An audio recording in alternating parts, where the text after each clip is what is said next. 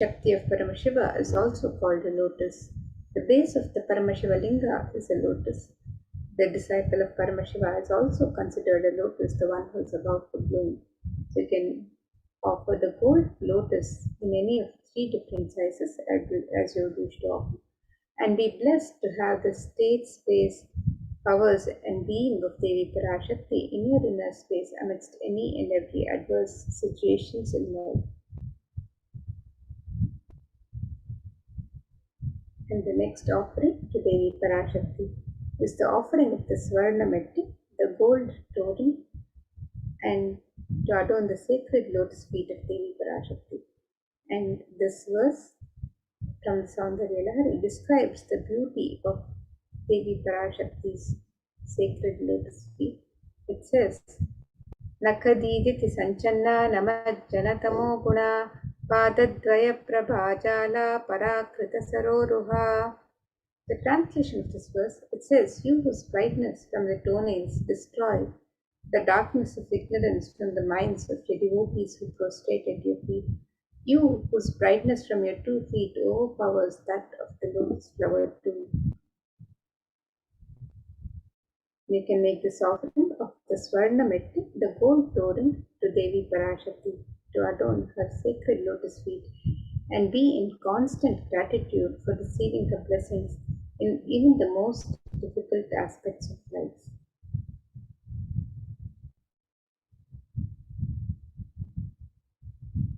And the next offering to Devi Parashakti is the offering of the Swarna Mantika, the gold hairline jewelry. And Devi is described as Sudha Sharabhi Varshini, she who makes the nectar flow in all our nerves from the Sahasrara Chakra, that is, she who gives the very present experience of the ultimate. And the Swati represents the nectar overflowing from the Sahasrara Chakra, which is fully opened with the sacred sentiment of gratitude. So you can make this offering of the Swarna Mantika, the gold hairline jewelry, to Devi Parashakti and receive the blessings of achieving the blissful state of overflowing gratitude and the space of complete completion. You can make this offering on the website www.kailasamailer.com/sevas.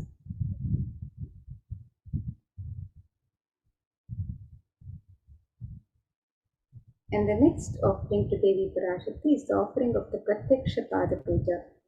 And this is the offering of the traditional offering of the ritualistic gratitude from disciple to Guru, and it is one of the most sacred, most celebrated offerings to Guru. So you can make this offering on the website www.kailasamailer.com/sevas. And Saundarya Lahari further describes the grace and beauty of Devi Parashakti's feet, the compassion she bestows on her devotees prostrating at her feet. So let us look at this verse that describes the grace of Devi Parashakti. It says, The illumining splendor of Devi's toenails dispels the darkness of ignorance in the devotees prostrating at her feet. Her feet defeat the lotus in beauty. And it further states that toenails of Devi Parashakti have been sharpened by constantly being touched by the crowns of celestial beings who prostrate before Devi. Tamoguna is the darkness which is indicative of the ignorance in the minds of the devotees, and by constantly prostrating before Devi Parashakti, their ignorance is removed and they attain the supreme knowledge. So you can make the offering of the Pratyaksha Pada Puja, the ritualistic offering of gratitude to Guru. You can make this offering and be blessed with all the auspiciousness and blessings of Devi Parashakti and the Supreme Pontiff of Hinduism, Jagadguru Mahasanidhanam, His Divine Holiness, Bhagwan Shri Nithyananda Paramashivam, who is the Nijavatara of Devi Parashakti herself. So you can make this offering on the website www.kailasamailer.com/sevas.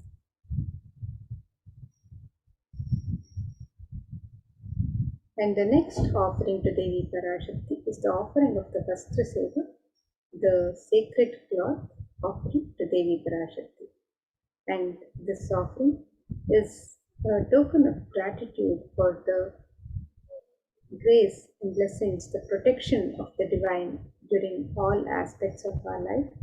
And you can make this offering on the website www.kailasamela.com/sevas and be blessed with all the auspiciousness and blessings of Devi Parashakti and the Supreme Pontiff of Hinduism, Jagadguru Mahasannidhanam, His Divine Holiness, Bhagavan Sri Nithyananda Paramashivam.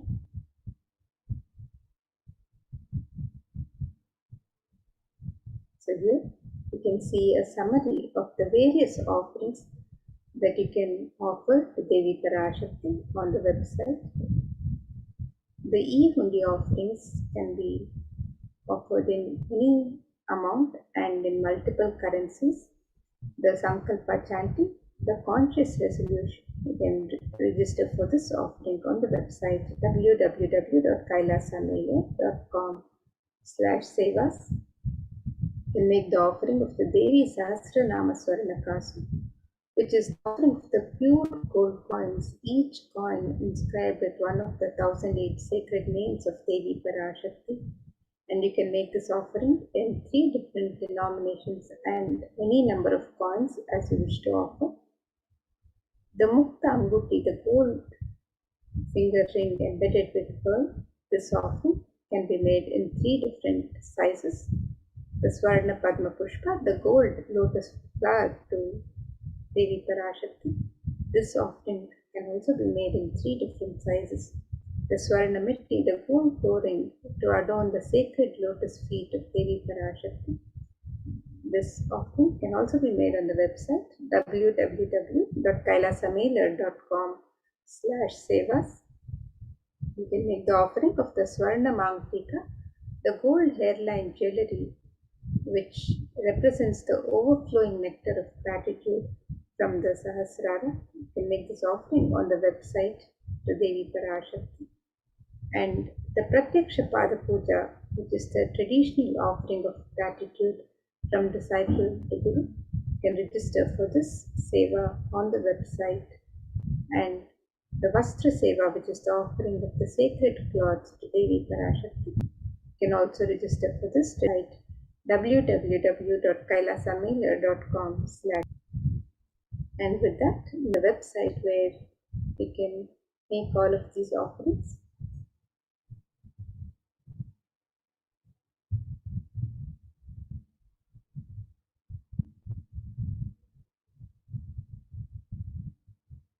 So here we have the website www.kailasamela.com/sevas.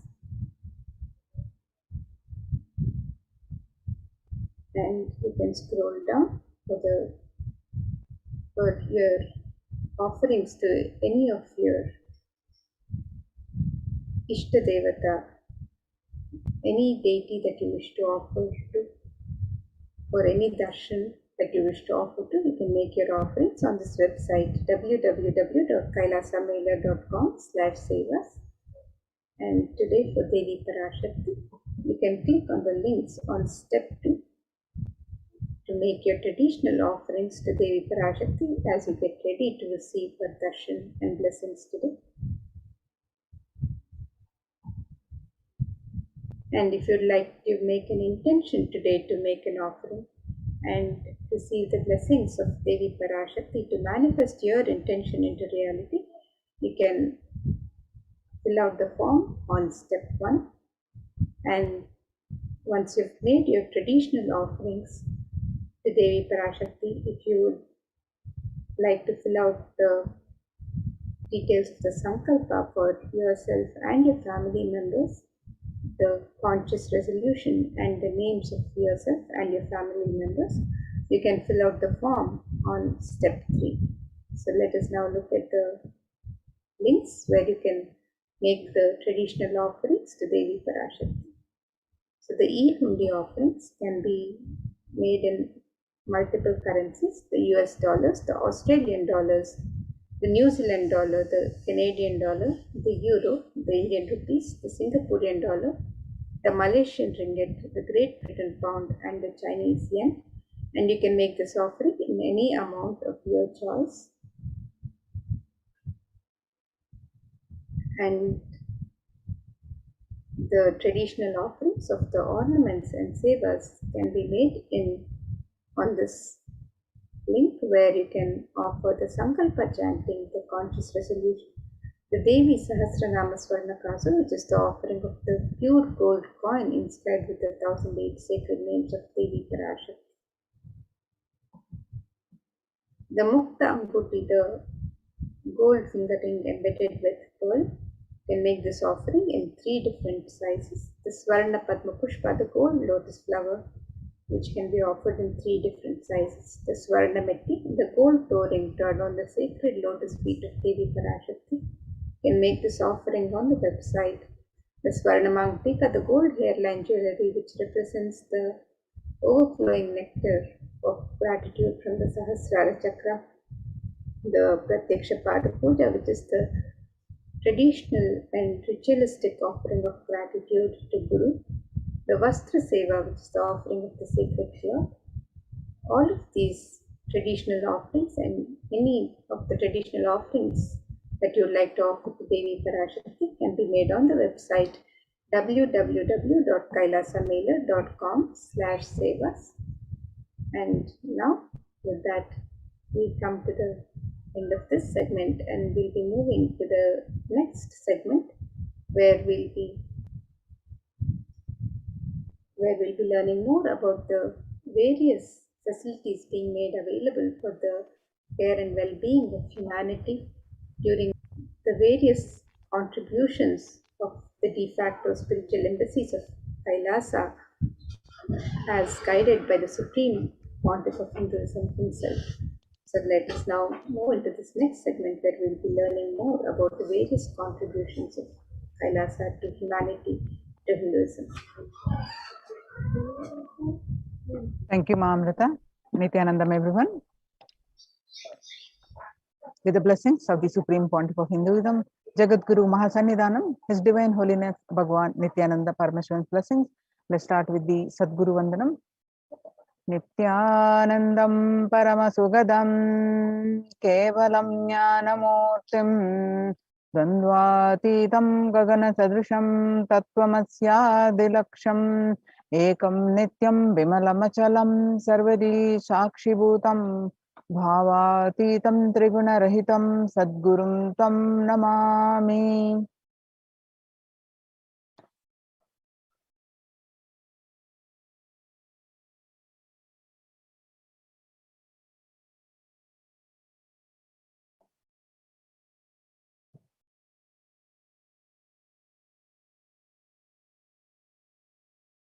So we're going to learn about a multi-layer quarantine COVID care protection center at the Kailasa's de facto spiritual embassies.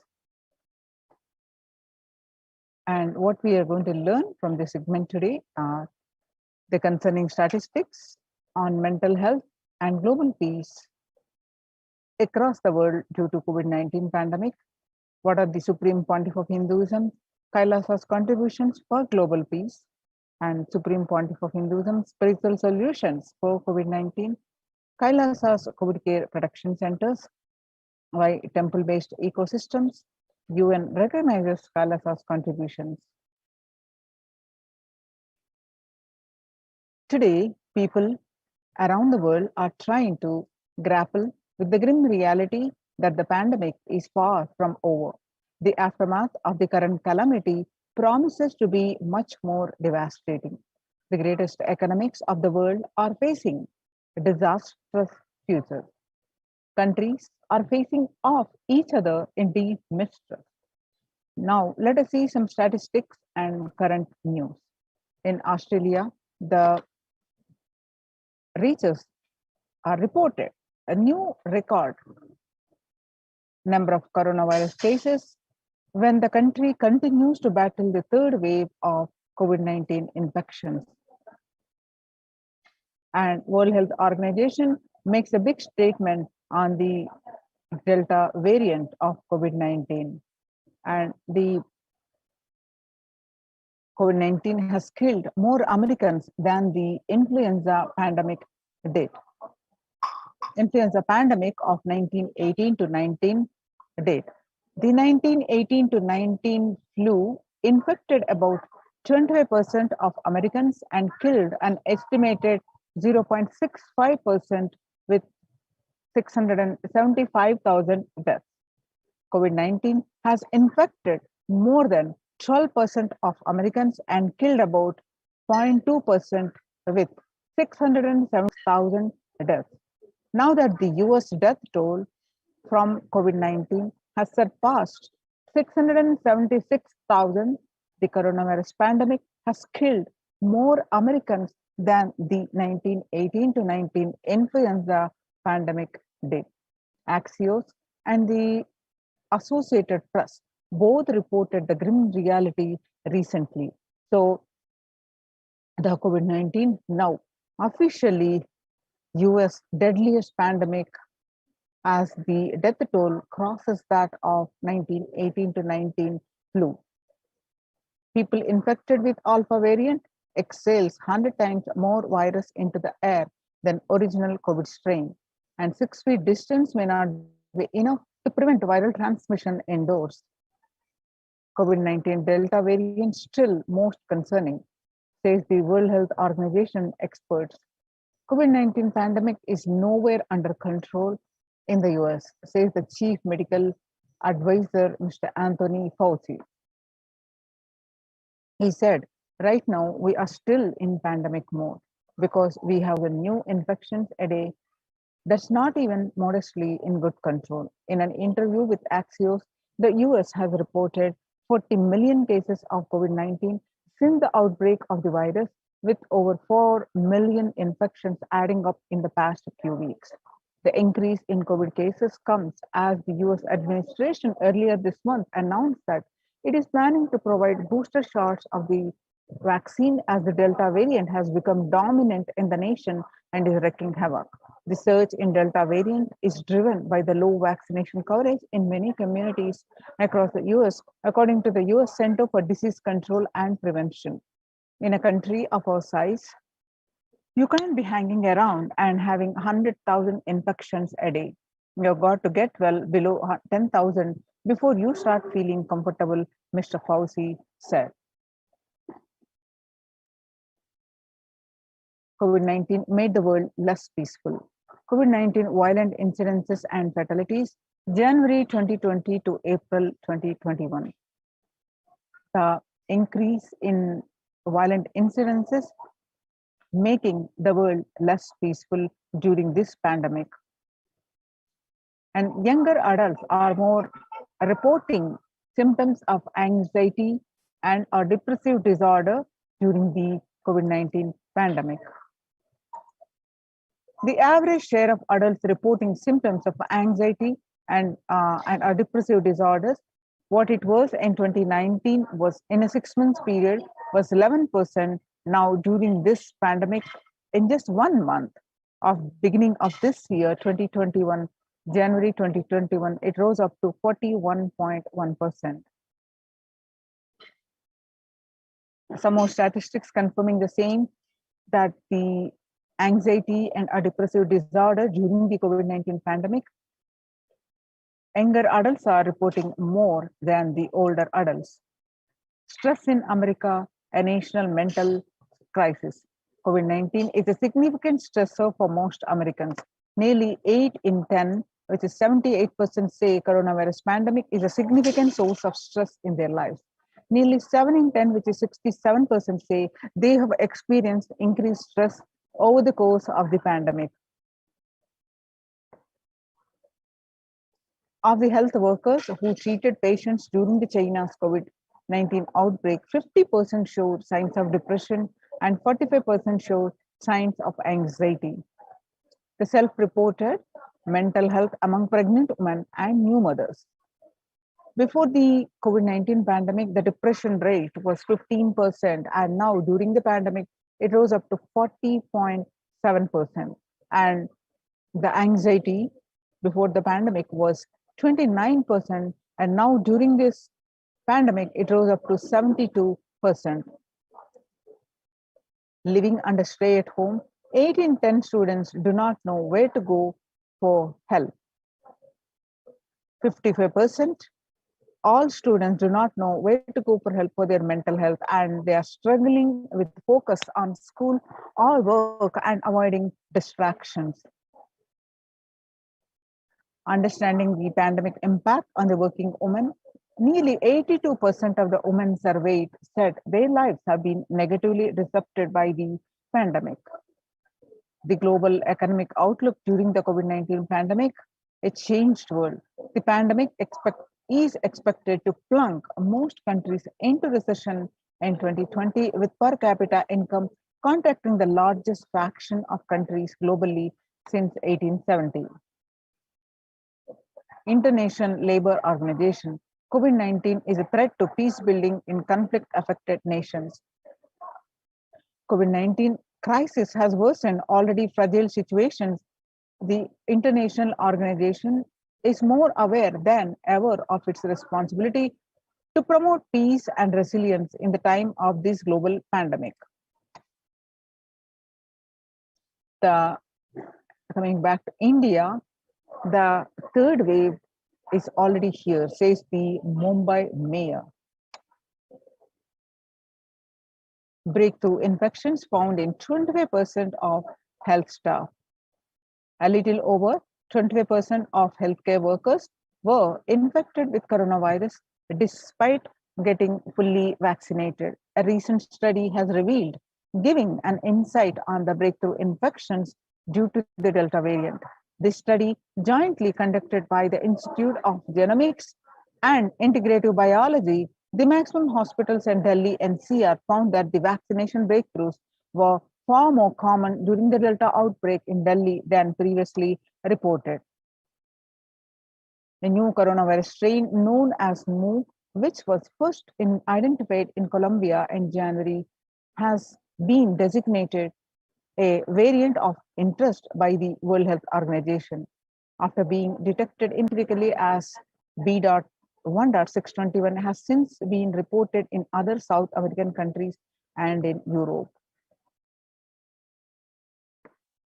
Now that we have seen the statistics across the world and how it is not only just affecting the physical health and the fatalities increasing, but it is the concern for the mental health, especially for the younger generation, and also it is leading to making the world less peaceful. So how to cope up with the current COVID-19 pandemic? It is important to address the COVID pandemic, which is seeing another wave, destroying many more lives. The Supreme Pontiff of Hinduism says the pandemic fatigue setting in as a result of continuous lockdown is resulting in delusional ignorance. Holding on to the delusion and supporting this space of delusional decisions leads to delusional arrogance.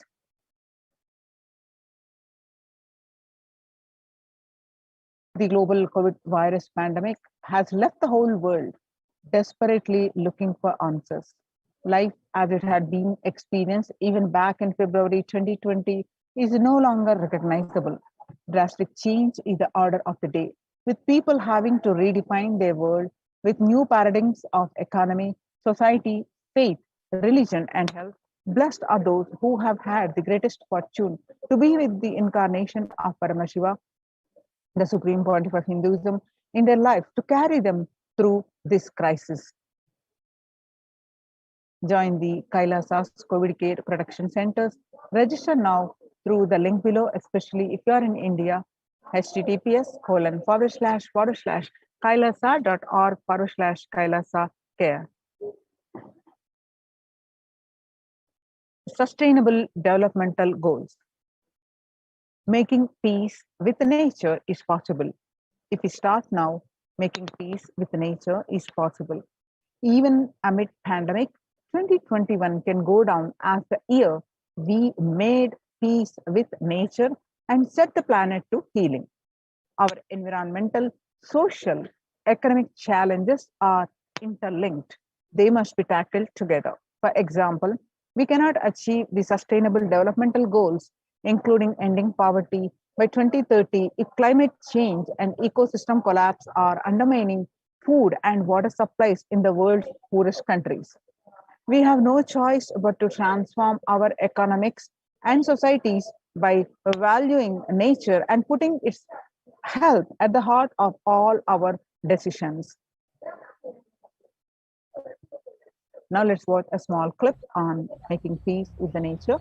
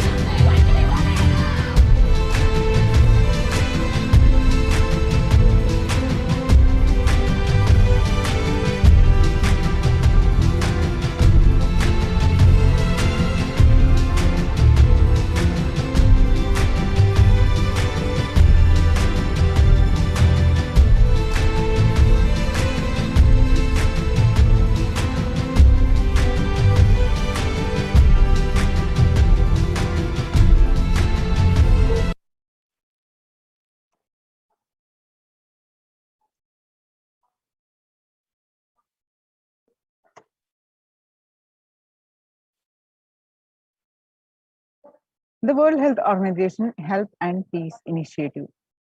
Health and peace are interrelated. In the words of the Director General of World Health Organization, Dr. Tedros, there cannot be a health without peace, and there cannot be a peace without health.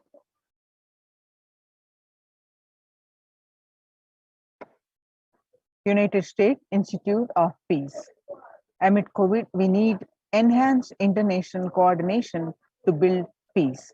Tackling the pandemic and building resilience requires concerted international action at local, national, and global levels. As the humanitarian and economic toll of the COVID-19 pandemic continues to grow, so does the risk that this crisis will fuel new conflicts around the world while stemming prospects for resolving ongoing ones.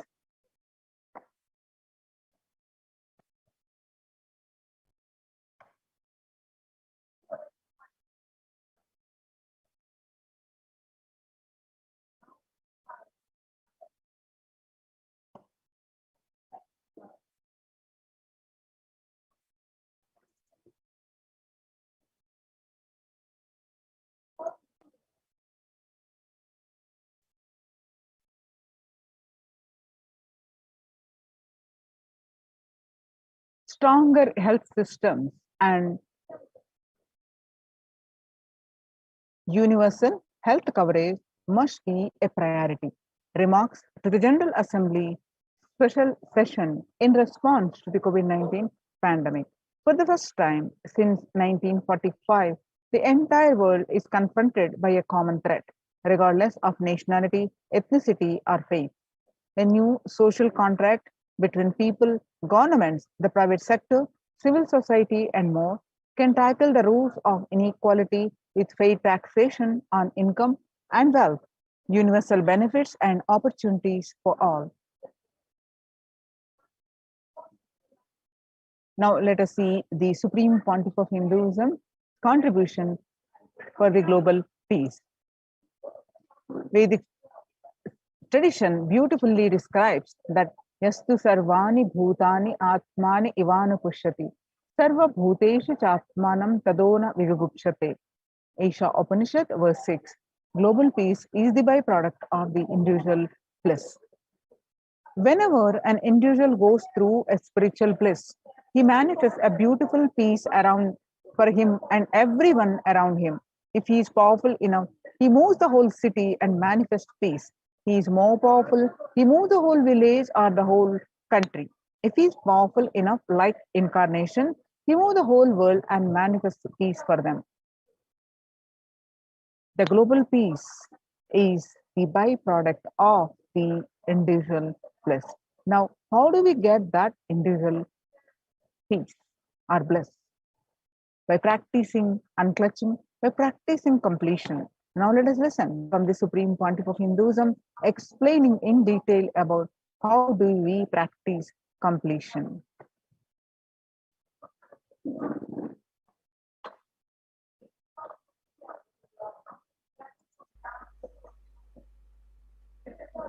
Today I wanted to expand on the science of completion. How the science of completion can directly impact the consciousness you are carrying and the consciousness embodied in many bodies. Please understand, the more deeper you go inside you,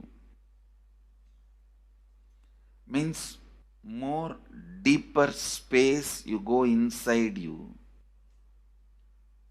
more expanded you become, more one with everything, more oneness you experience.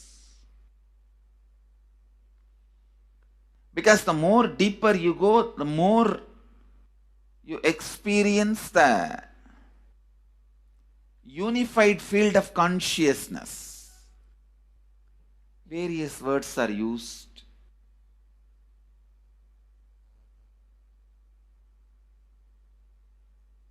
Some of the Hindu traditions uses the word Atma, Brahman. Some of the Hindu traditions use the word Nirvana. Whatever word you may use, Atman, Brahman, Nirvana, unified field of consciousness, whatever. But one thing I want to tell you, the deeper and deeper you go in your inner space, you experience the vast oneness. The more superficial you are, the more incompletions you carry with others, even with yourself.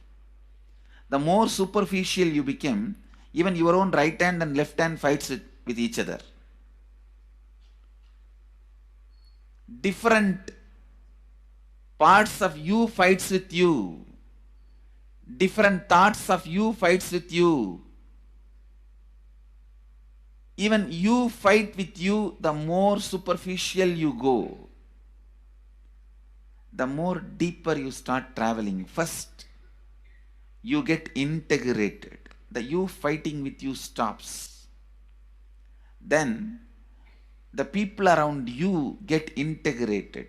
They fighting with you stops. Completion with yourself, then completion with others, then comes completion with other things, not just living beings, even with inanimate beings.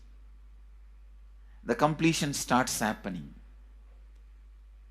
Even with the nature, completion starts happening. Please understand, the more deeper you travel, the more deeper you go, the more deeper you settle down, the more deeper you start living. Your cognition expands. Your cognition includes.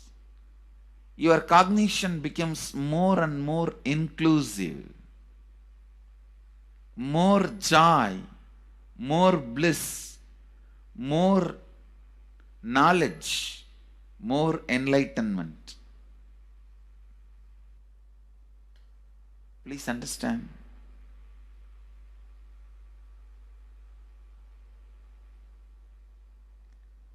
the more and more completion happens in you, you will see everyone around you feels complete with you. That is why I am saying, whether they have body or they are disembodied, in the deepest corners of your being, deepermost layers of your being, deepest parts of your being, you experience such powerful awareness, such joy.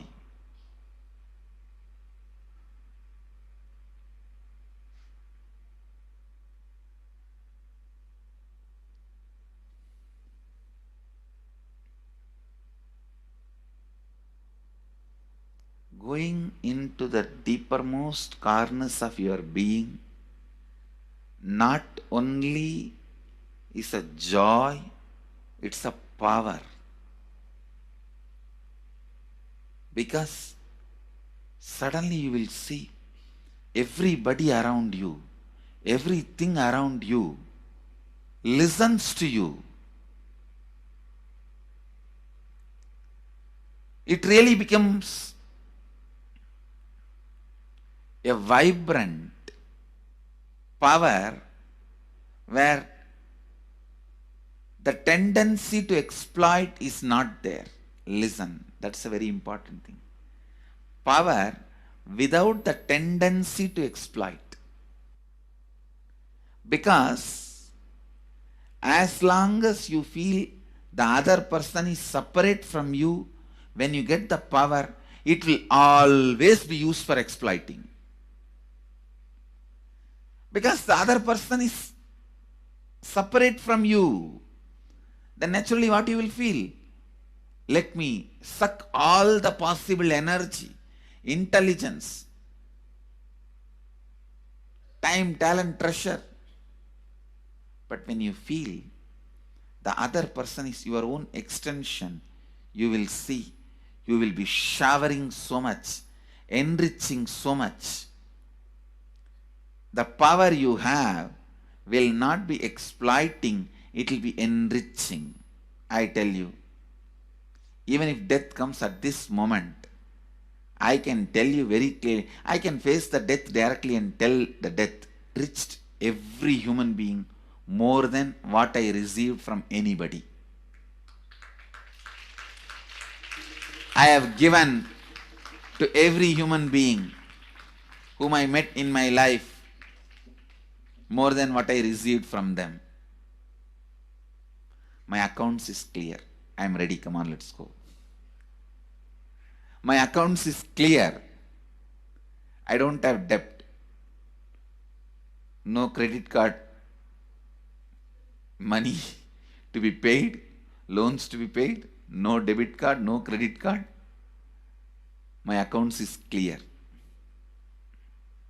Understand, when you feel everyone is your extension, the power given to you, the power you gain, see, any living is power. Powerful way. Even in that, you will become powerful. So any lifestyle you choose, you will get power in that field. Whether it is exploiting or enriching, murdering or raping or go on serving. Whatever lifestyle you choose, living is power.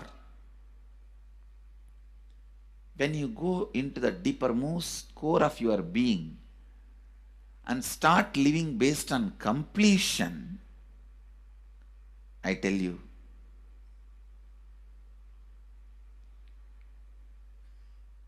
the first power you will experience is everything around you listens to you. That power will simply make you enrich everyone. The best power you can have through living is power of enriching. Whatever you do, as I said, whether you live the life of enriching or exploiting, you will become powerful.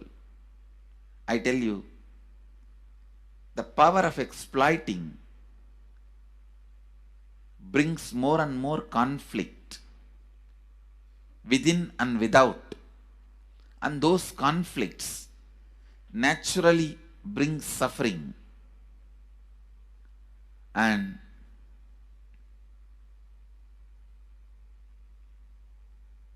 the power of enriching brings more and more completion in you and in others. This full month, Nithyananda Sangha all over the world. The other day I was seeing, we have officially presence in more than 50 countries. As devotees, group of devotees, we have presence in 100 countries. All over the world, we are going to celebrate this whole month for Global Peace Month, impacting global peace. All of us this whole month will live completion and do samskara dahana kriya, means burning the patterns which separates us from others, burning the patterns which are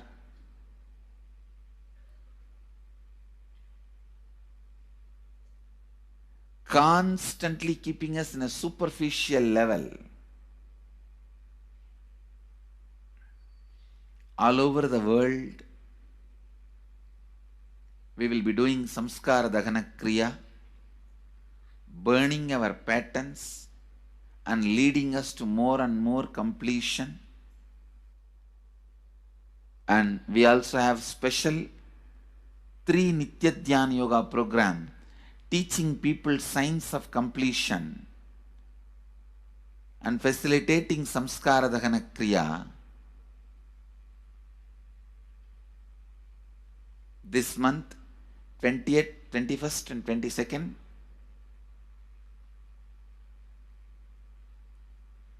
this whole month, all over the world, all our temples, ashrams, centers, yoga centers, schools, colleges, universities should do samskara dahana kriya, should do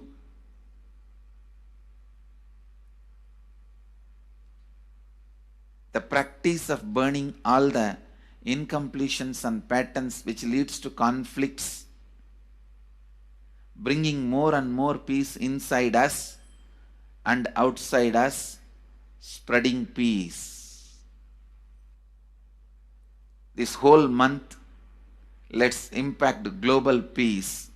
Let us really contribute to the global peace, not just talking about it.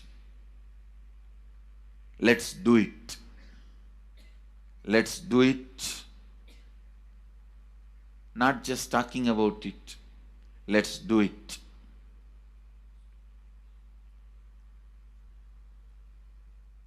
Even if you teach the samskara dahana kriya to 50 people in each area, each place where we have centers, ashrams, temples, two-way centers, yoga centers, even 50 people, each Tanidar teaches, enriches them with this science. The amount of suffering and negative waves, negative vibes reduction can contribute so much to the world. One positive person can burn millions people negativity. Experientially, with evidence we proved, one positive person has already burnt at least 20 million people's negativity in last 10 years and brought peace. So each one of you, if you stand up as one positive being, one authentic, responsible, enriching being,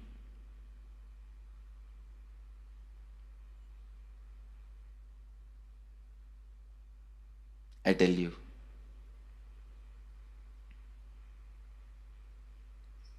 We can do so much to the world. It will be better place than the time we entered. When we leave, it should be better place. That's all. When we leave the earth, it should be better place. So understand, inner peace is your birthright. Go to the depths of your being. Bring more and more completion into you. Completion with others. And start living Advaita. Today in the Inner Awakening session, it's all about completion with others. So last 6 days, literally, you worked so much, one by one by one by one by one, layer by layer by layer by layer. The completion with yourself. Now comes completion with others. Today, we are starting the science of completion with others.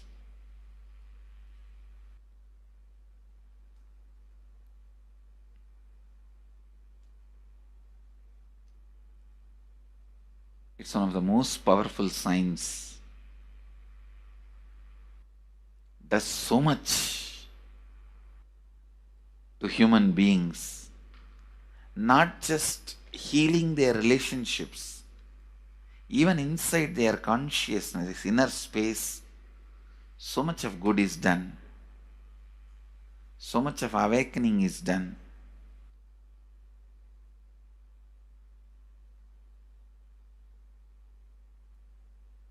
See, when you have completed with others, the kind of strength you feel is the power of Advaita. Strength of Advaita. Today the Inner Awakening sessions are all about completion with others. We have long session today working on completing with others. So with this, because today we have a long session with Inner Awakening,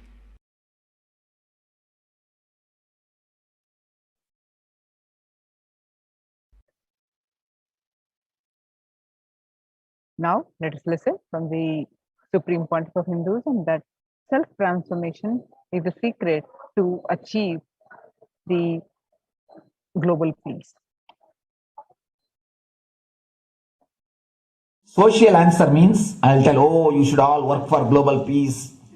You should all work for turning the world. You should work for revolution. You should work for all these, that things. You should vote only the party which says that it will stop the war and all these things. This is the social answer. Nonsense. If you want the honest answer, I tell you, simply transform yourself. You can't do anything. If at all you can do, you would have done it. Be honest. If you can do, you would have done it. You are raising this question because you are not able to. Am I right? So let us be very clear. Let us be honest. We are not able to do. In ancient time, things were going properly. Everything was well and great. 10,000 years ago, they found some writings on stone in Harappa Mohenjo-daro culture. Some stone writings have been discovered. The other day I read a beautiful book about that stone writings. That writings, it says, oh, nowadays the society is not as it should be. So much of war. There is no peace. In the early times, there was so much of peace. Society was really great. Things were as it should be. And it almost looks like a today newspaper editorial. 10,000 years ago, the same thing carved on a stone. Then understand, there was no such time as only good prevailed. It is just a fantasy. Hinduism, they call it Satya Yuga, the age of truth. There was a time only truth prevailed. And every religion, Christianity, they say the Garden of Adam and Eve. There was a time everything was wonderful. Every religion has got the fantasy. The past was great. There was golden past. Always the idea of golden past exists only in the past. The more you go back, again you say the past was great. And I tell you one thing, it is a wonderful way of postponing the accepting the reality. Otherwise, I can be sure the world was same as it is today. Whether it is 5,000 years ago or 10,000 years ago. Maybe one thing, there was no CNN channel that time. So the news did not reach you so quickly. That's all. The news did not reach you so quickly. That may be the only difference. But otherwise I can be sure the good and the bad was equal. Good and the bad was equal. The same amount of wars were there. All the other things were there. You read the Puranas, the mythological stories of India, you see enough of things. Enough of dirty things. I think sometimes I find a little more. And if you read completely the Puranas or the Hindu scriptures, there are a lot of things much worse than modern day. The criminal activities or bad things or negative things, whatever you say, all this stuff. And never think only present day is corrupted or violent. In the ancient days also, all these things were there. Only one thing was not there, the CNN news or the internet. So the news did not reach you. But otherwise I can tell you, enough the good and bad was there. It always will exist. It will exist. All you can do is, if you awaken yourself, if you reach the enlightenment state, you can go beyond it. And I tell you, enlightenment is the only service you can do to the society. Just become enlightened so that you will reduce the negativity. Now, as of now, you are also the part of negative group. Naturally, we will be a negative group. As long as we are unenlightened, we will be the part of collective negative consciousness. So if you become enlightened, at least you will reduce your weight. That's the only thing we can do. Nothing else can be done. So all I request you to do is just become enlightened. Realize that you are a lion. That's the only way to help yourself and the society. Otherwise, all revolutions, you see, all revolution again end up as one more tradition. In last 2000 years, 3000 wars have happened in the humanity. In 2000 years, 3000 wars. Human beings have not done anything except doing wars, except fighting. Everybody claims he wants to do revolution. He wants to spread peace. You see, every country claims their army is a defensive army. Then who is offending? Tell me. Every country says defensive army. Then who is offending? These are all just, the idea of peace is a pure game. Everybody wants to spread the peace according to them, not according to the other person. They want peace according to them. The other day I was in one interreligious gathering.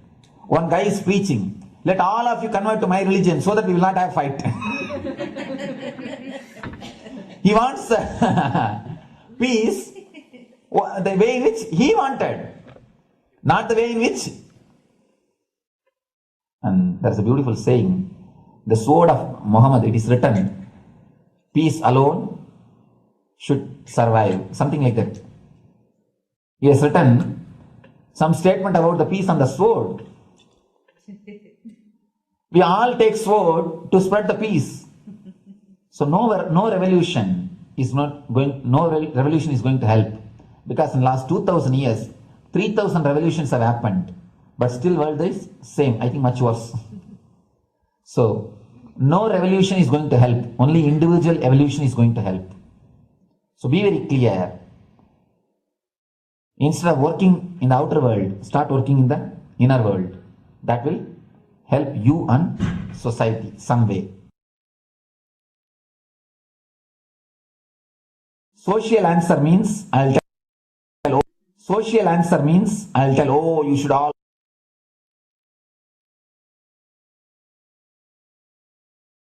Listen carefully.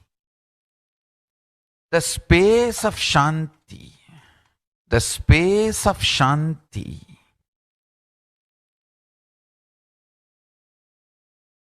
is where Kailasa grows.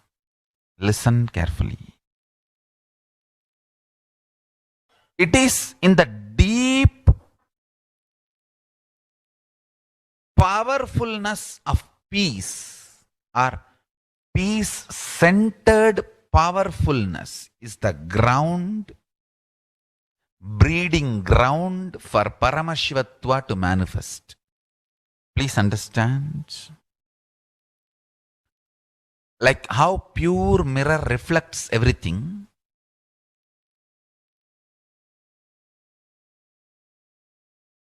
Shanti-based Shakti, centered powerfulness, centered peace. All the Upanishads starts with peace, completes with peace. Shanti mantra starts with Shanti mantra, gets completed with Shanti mantra.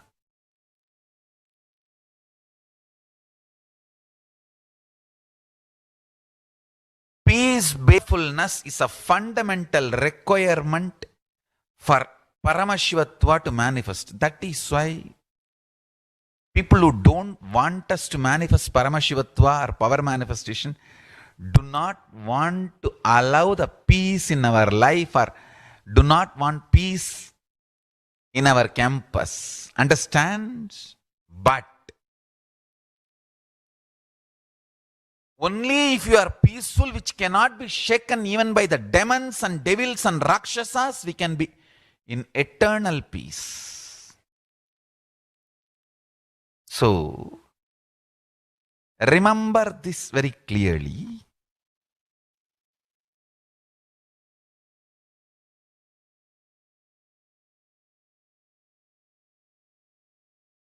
Peace alters the very DNA structure, genetic structure, the core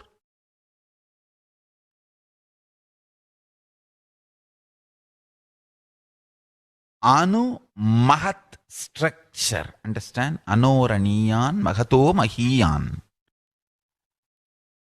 The consciousness in you is atom inside the atom, Mahat, more than Mahat.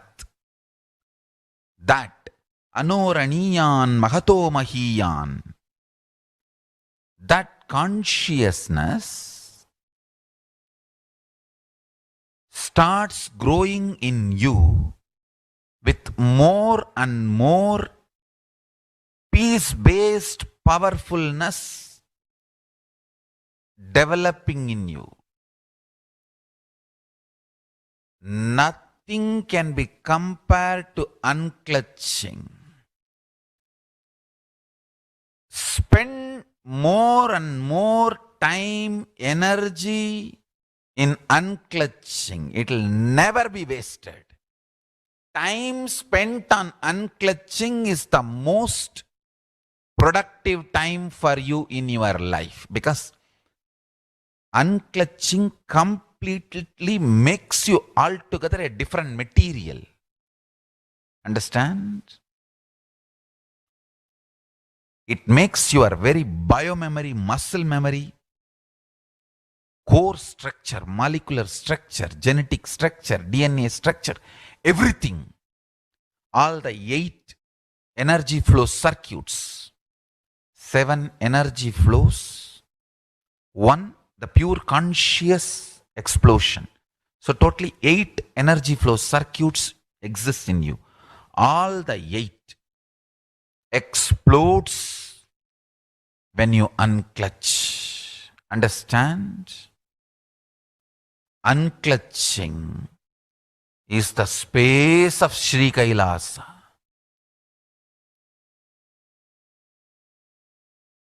Listen carefully. Listen. Every chanting, every prayer in Hinduism ends with Shanti, Shanti, Shanti 3 times. Means peace, peace, peace. Hinduism is the real religion. Loving peace, living peace. Individual level, social level, global level. Understand? Hinduism lasts all its 56 nations, 200 states, 10,000 kingdoms, samsthanas, is not a loss to Hinduism, it is a loss to planet Earth, human beings. Wherever Hinduism is practiced, kept alive, the ideal of global peace is kept alive. Just do this one simple statistics. You yourself study. Google and study. Take the top 10 religions and list how many people they converted in last 200 years, how many people they killed. List for each religion. I can be 200% sure.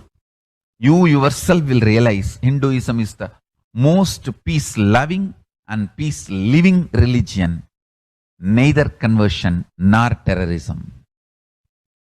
Neither conversion nor terrorism. Being the supreme pontiff of the most peace-loving, peace-living religion, I give you all my blessings on this International Peace Day. Understand? It is we Hindus need to keep the global peace as a living possibility, and we need to make this global peace as reality. Just talking about global peace will not work. Working for global peace only is the responsibility of the real living Hindu. Anyone who wants to claim themselves as a Hindu or practicing Hindu should work for global peace. Global peace is our responsibility. Every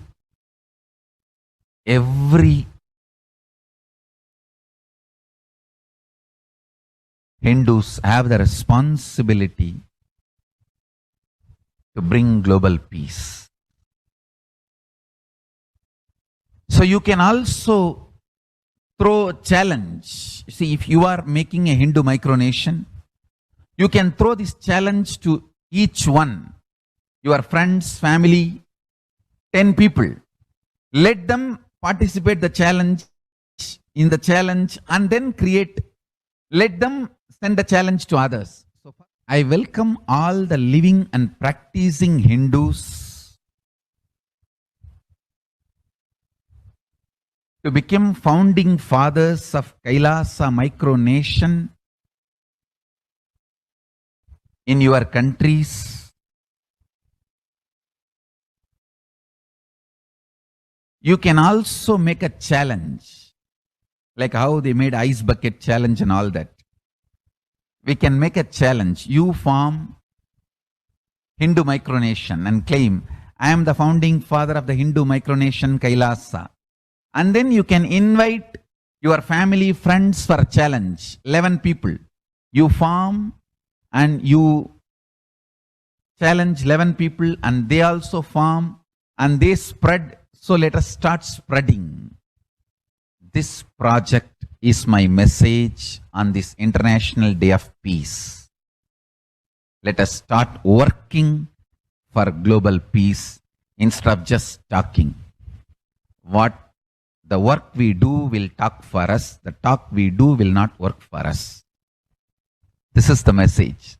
The work we do will talk for us, the talk we do will not work for us. Global peace is the responsibility of Hindus. We living, practicing Hindus, not only we should achieve the individual peace through unclutching yoga, meditation, we should also create an ecosystem where the global peace starts manifesting. This Kailasa Hindu micronation is the enlightenment ecosystem. I request every living, practicing Hindu to manifest, do it. So the global peace can manifest from these Kailasa Hindu micronations all over the world. Hindus have the response.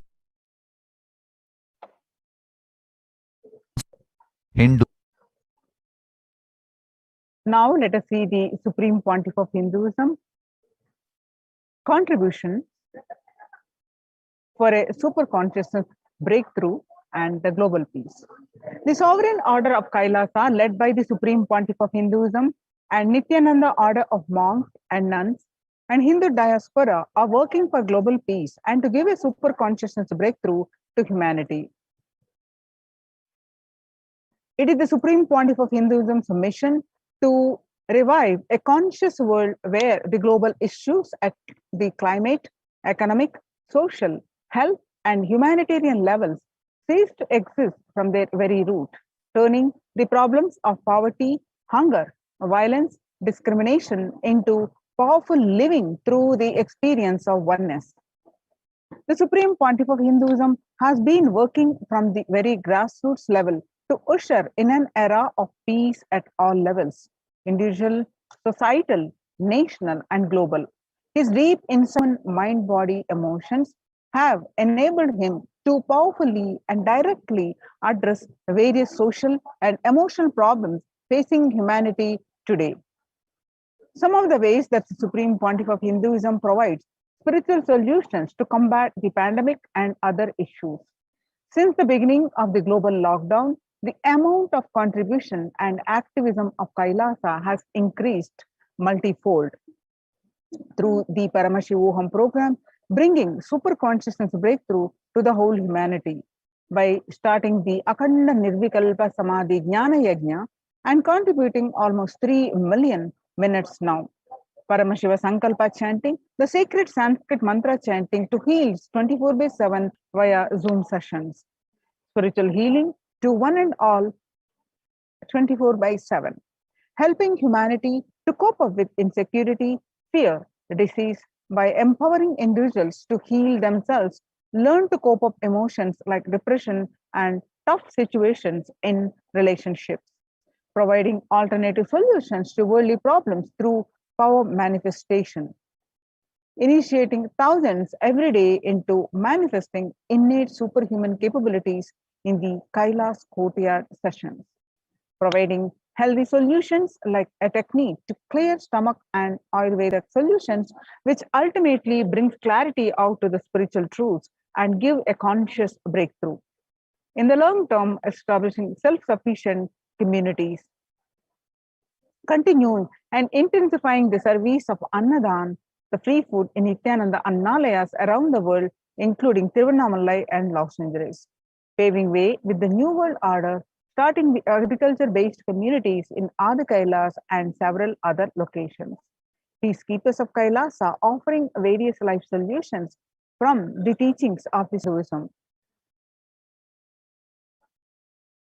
For global healing, one such is Maheshwara Puja, nullifying collective negativity simply through the presence of the avatar and his order of monks. offering Maheshwara Puja to the natural calamities hit victims.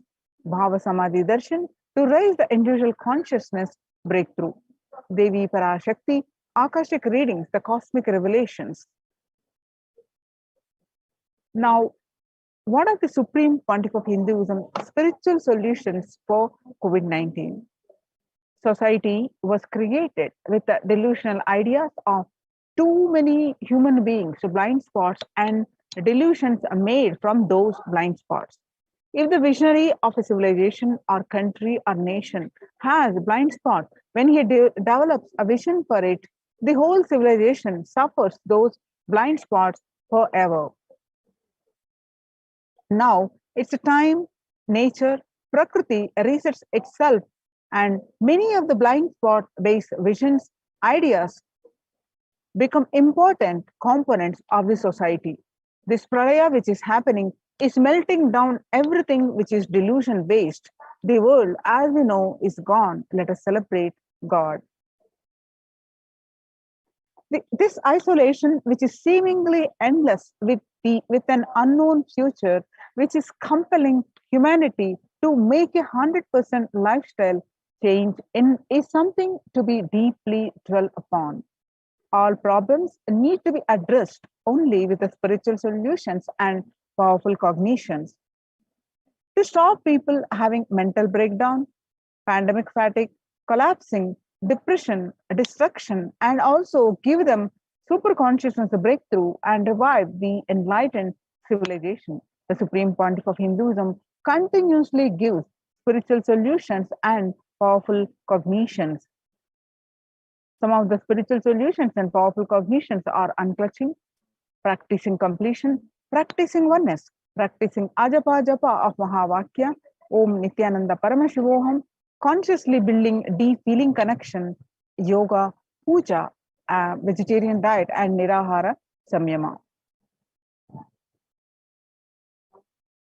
It is time that we all take responsibility to save humanity, to protect people from this pandemic fatigue and destruction. Let us try to enrich people for every one of these great spiritual solutions. It is all the solutions are free and open for all. Let us now take few minutes now and share with as many people as possible, and let us save the world. And let us give them the experience of unclutching. That is Nirvikalpa Samadhi, Jnana Yajna, which save people from pandemic fatigue, epidemic fatigue, destruction, and delusion. Help people to have super consciousness breakthrough and sail through this pralaya.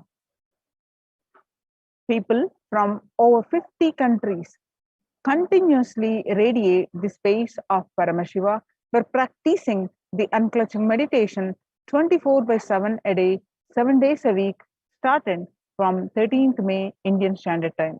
At any given time, there are 4 to 8 zones actively unclutching around the world. Join this movement at http://kailasa.tv/minutes for peace.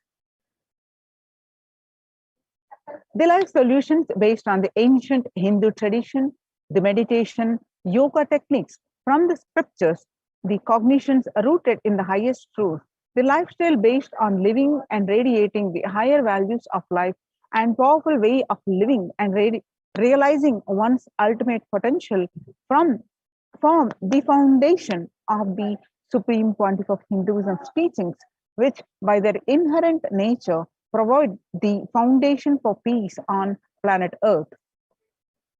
The Supreme Pontiff of Hinduism launched the Minutes for Peace initiative, which aimed to reduce crime globally by collecting the mass meditations around the world in parallel. In 2014, just after 2 years of launching the program, it crossed over 1 billion minutes of meditation. Scientific studies have shown a reduced crime rate after participating in the meditation and completion techniques. In 1976, it was found that when 1% of a community practiced puja, the crime rate was reduced by 16% on an average.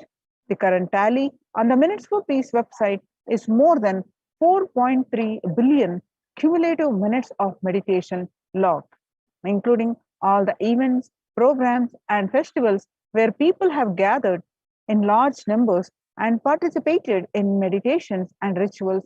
The total count comes out to be a staggering 409 billion minutes for peace so far. You can see some of the glimpses where about 5,000 devotees gathered and participated in a 48-day meditation program called Shuddhatvaitam. The Supreme Pontiff of Hinduism has hosted Kumbh Mela, United States of America in Los Angeles since 2007. Nithyananda Sangha is entrusted as the only organization to host Kumbh Mela outside India by Akhila Bharatiya Akhada Parishad.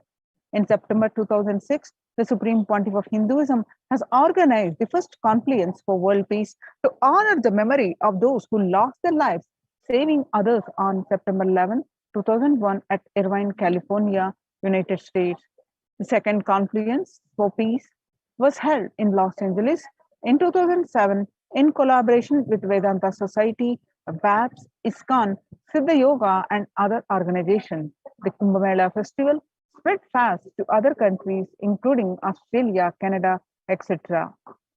In 2009, the Supreme Pontiff of Hinduism has organized a month-long peace walk covering 1,000 kilometers and 1,000 villages to bring together in harmony from all walks of life to promote healing connection and oneness among people.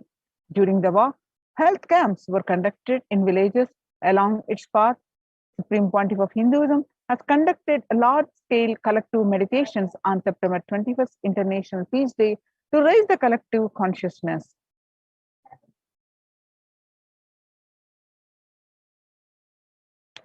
One of the greatest contributions that the Supreme Pontiff of Hinduism is doing is initiating thousands into sannyas. Sannyas is our social responsibility. Let us save Hinduism and humanity. The Supreme Pontiff of Hinduism has revitalized the monastic tradition of sannyas by initiating hundreds of people into the Nithyananda monastic order. The all-renouncing monks contribute the best things to human civilization, living their life with the cognition that life is for others. These monks and nuns act as the harbingers of peace and empowerment for the human society distraught with violence of life negativity.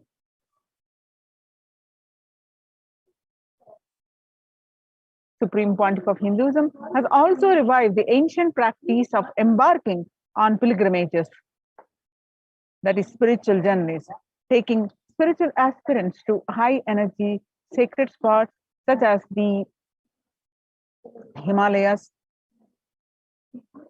Kailas, Varanasi, Angkor Wat in Cambodia, and various powerful temples of India. Even though prevalent in India, this practice is rapidly losing its original context, turning into a recreational family vacation. Reviving the original spiritual context, the Supreme Pontiff of Hinduism has made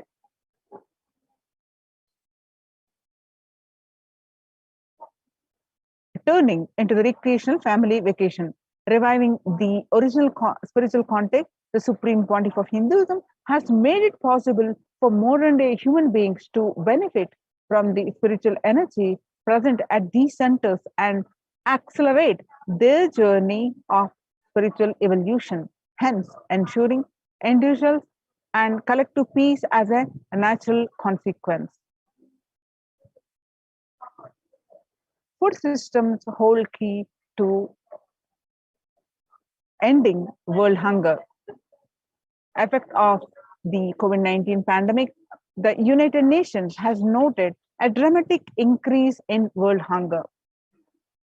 According to the State of Food Security and Nutrition in the world, 1/10 of global population, as many as 811 million people, were undernourished in 2020, an increase of 118 million from 2019.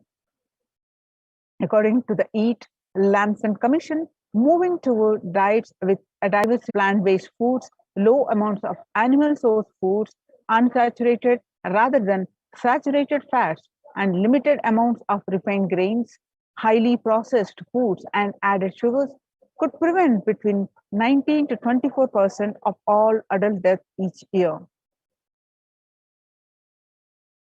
Under the Red Home project, that is No Hunger project, through the Annalayas, that is food donation centers, at the de facto spiritual embassies of Kailasa worldwide, under the guidance of the Supreme Pontiff of Hinduism, have served over 5 billion organic, sattvic, vegetarian meals so far. Giving free food to all the citizens is the economic policy of Kailasa, deriving the reference from the Vedas and Agamas.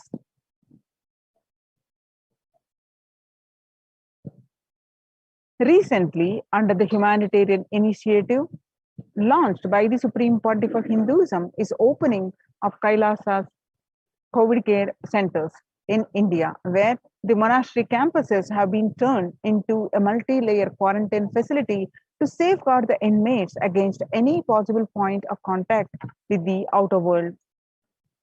Supreme Pontiff of Hinduism has opened this service free to all people, regardless of any differences in age, gender, caste, creed, ethnicity, color, or socio-economic status.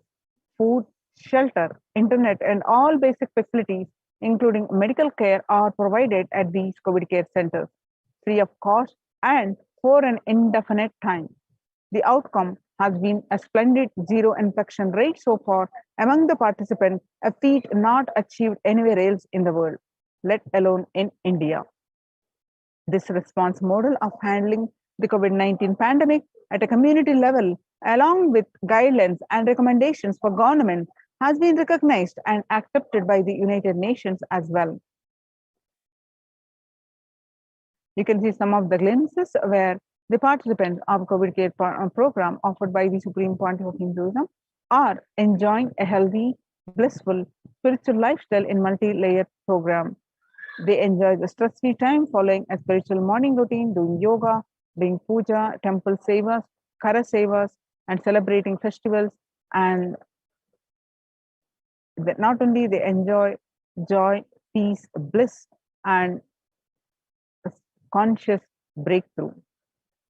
Join the Kailasa's COVID Care Protection Center. If you are in India, register now through the link below with https://kailasa.org/Kailasa care. Now let us see the revival of temple sciences and ecosystems.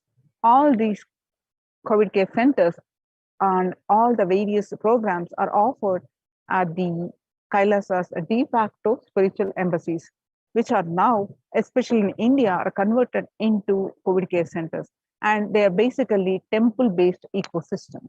The Supreme Pontiff of Hinduism has been reviving the temple-based ecosystem. So let's understand the science behind these temple-based ecosystems. Especially now, in the times when the COVID-19 is rampant and the ancient temples are in risk of widespread corona disease, the devotees of these temples were visiting and having darshan of their gods and goddesses for thousands of years. Yet all these ancient sacred sentiments have come to a harming halt after the lockdowns have taken place. The religious fervor of the devotees is being lost due to the pandemic. The Supreme Pontiff of Hinduism is revisiting the e-Kailasa ecosystem and bringing all the ancient traditions of the online platforms on Kailasa TV, YouTube, and Facebook. Now let's listen from the Supreme Pontiff of Hinduism that he explains about the science of temples.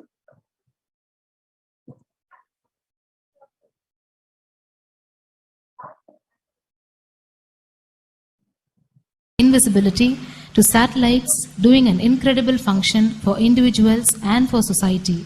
My question is, there is and was everywhere temples and deities in this culture. Anybody coming from outside just wonder, is this just sentimental carved stones worshipping culture or just artistic sculpture? What is the invisible function of temples, deities? See, both questions, same answer. That is the reason I wanted to answer both the questions together. Modern day dish TVs, antennas, mobile towers, all of them work in the level of certain frequency where the words, pictures, visuals can be transmitted. See, the verbalization and visualization, names and forms can be transmitted from one place to another place through these mobile towers, dish TV antennas. But the temple towers are created to transmit super consciousness from one place to another place. Please understand. In Meenakshi's time, there was television, conscious television. It used to be in stone slab. And if you just sit in front of that stone TV, meditate, connect with Meenakshi, she will appear live and answer whatever you want. So each of the stone slabs only slowly later on became deities. You can see in our temples this happening. The TVs in which I am appearing and speaking are slowly becoming deities. They are receiving worship. Flowers are offered to it. Aarti is done to it. Incense is given to it. Now, all our temples are planning to have a separate throne for this TV. In Los Angeles, already I am on the throne. The TV is in the throne. The TV, in which people are seeing me, have already become deity. Same way, please understand, the stones through which people were able to connect with the super consciousness have become deities. Same way, all our temples, deities, everything is a connecting mechanism with super consciousness, which connects with the super consciousness.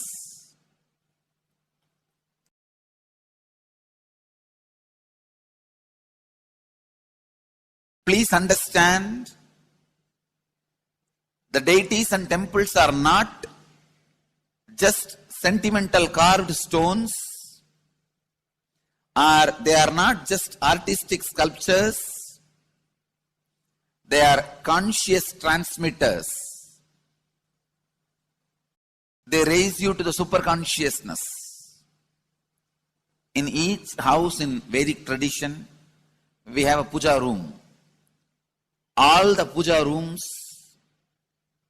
are your private conscious airport, are conscious transmission centers. The main temple is the place from where continuous super consciousness is radiating. So if you just sit and connect with a deep feeling connection, see, in those days human beings were so beautiful and simple. Just remembering the name of the deity is enough. They are already in connection with the deity. That feeling connection. When I read Patanjali's Yoga Sutra, it says, sit in Siddhasana and be in Samadhi. That's all. See, the human beings were so simple in those days. Just if you sit in Siddhasana, you are already in Samadhi. If you sit, your mind sits. Now, if you sit, your mind sits. Mind is completely away from the body. In those days, human beings were so simple and intelligent. All the non-mechanical parts of their brain were awakened. It is Western culture which killed the non-mechanical parts of the brain, the functions of the non-mechanical parts of the brain. Please understand, in the Vedic civilization, always human beings were brought up in such a way that non-mechanical parts of the brain was fully alive and awakened. It is a cultural invasion, destroyed the greatest possibility of the human being when the non-mechanical parts of the brain is not functioning anymore. The temples, deities, all these are looking useless. Otherwise, they are a huge conscious infrastructure. Please understand. So, an example, suddenly, if we find some method to travel just 20 feet above the air or 30 feet above the air without petrol or diesel, all our automobiles, roads, everything will become useless. Then you will wonder, why so many automobile industries are established? Why so many cars are produced? Why this huge road waste? I think our ancestors are fools. You don't understand. At one period, it was used. It was being useful. Our temples, our deities, all these are useful if all your non-mechanical parts of the brain is awakened.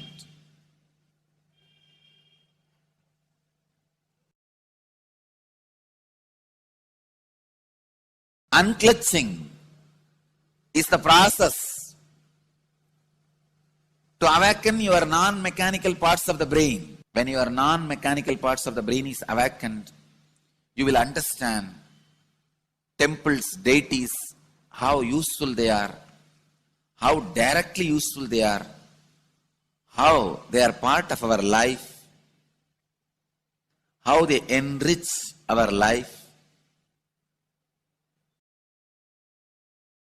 and how they make human beings intelligent, enlightened. These are the methods created to create enlightened civilization.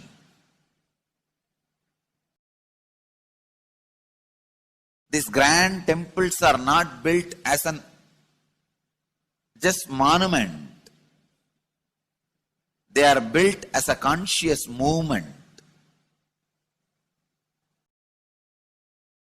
It is not like Egyptian pyramids, monuments. No. It is conscious movement to raise human beings to the highest consciousness, to make human beings experience the highest purpose.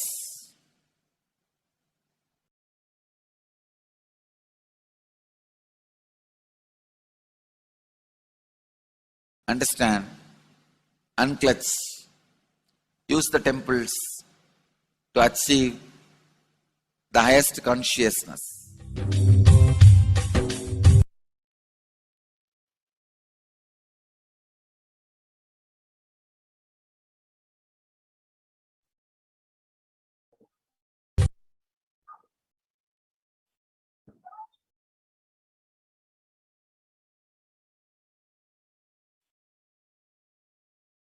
Devi Parashakti revealed in her Akashic readings to the world on various occasions. On 14th May 2021, Devi revealed that whoever comes to Adi Kailasa and does the good work of saving people from deadly corona. I myself will do all of their life's work. This is a commitment Paramashakti is giving you all. Parameshwari, I will do what I say.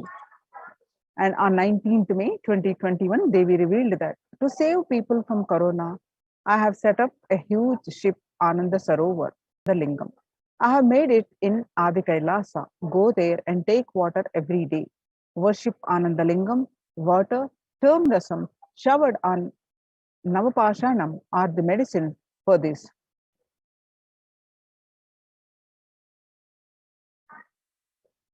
For saving life, go to Adi Kailasa. Best life is there.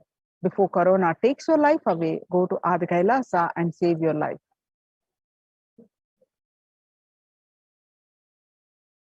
When the first world countries closed their borders during a massive global emergency, Kailasa has opened its doors to all without exception.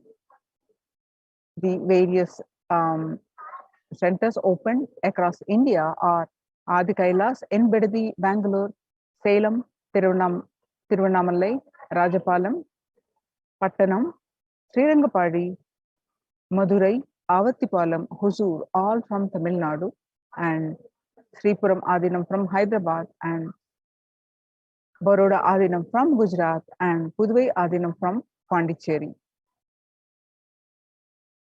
Kailasa rushes to aid India as India finds itself on the verge of COVID-19 third wave. Multiple free COVID care centers opened across India. Various social services offered during the pandemic in Kailasa's de facto spiritual embassies across India. Spiritual services offered during the pandemic in Kailasa's de facto spiritual embassies across India, and cosmic revelations on global pandemic. The various social free services offered during the pandemic in de facto spiritual embassies are medical care, allopathy, Ayurvedic and Siddha medicine, infrastructure to accommodate thousands, accommodation for multi-layered quarantine, emergency ambulances, ICU on wheels, personal protective medical equipment, food security management through food banks, and so join the Kailasa's COVID Care Protection Centers. Register now through the link below with https://kailasa.org/kailasa care. With this, we are going to move on to the next part of our segment after a very short break. Thank you, Nithyanandam.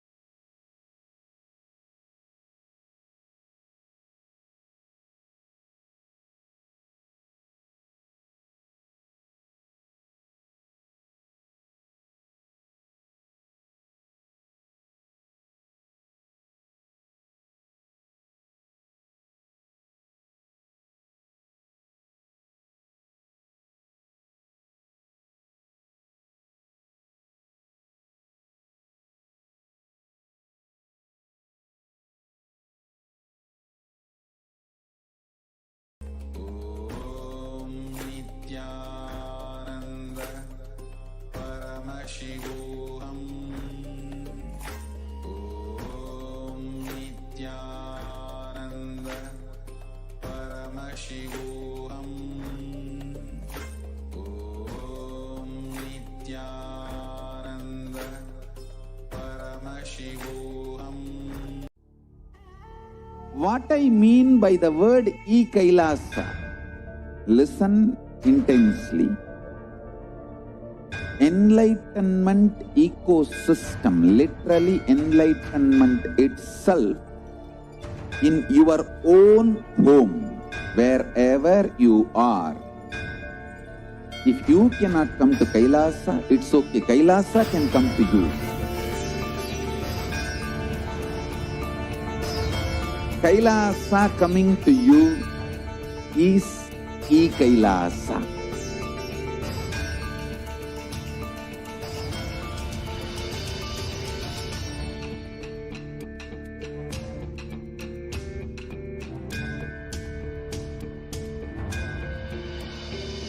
I will revive Hinduism. I am a Hindu revivalist, not by any revolution, but by evolution.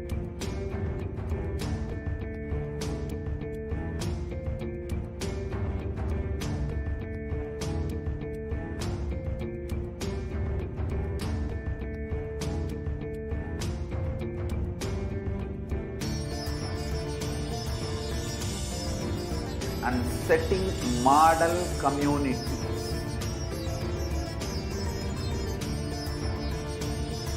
Kailasas, enlightenment ecosystems, Sarvanya Pitas all over the world.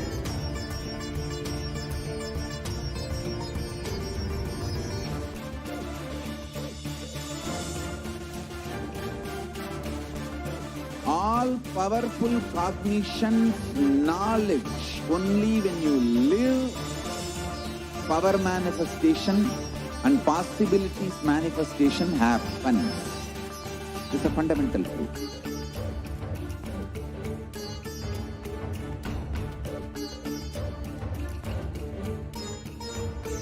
Hinduism cannot live exclusively as one sampradaya. No. All sampradayas of Hinduism is an ecosystem.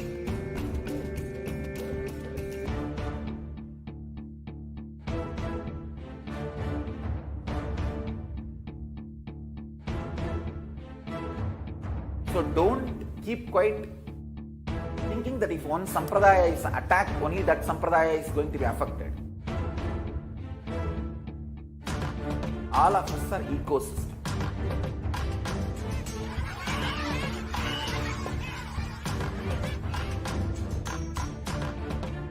I invite all of you to get involved and enjoy Hinduism by the principle of Dharmo Rakshati Rakshitaha. When you protect Dharma, Dharma protects you. You will make the whole planet flourish spiritually. The spiritual prosperity will happen to the whole planet. We all have to coexist together.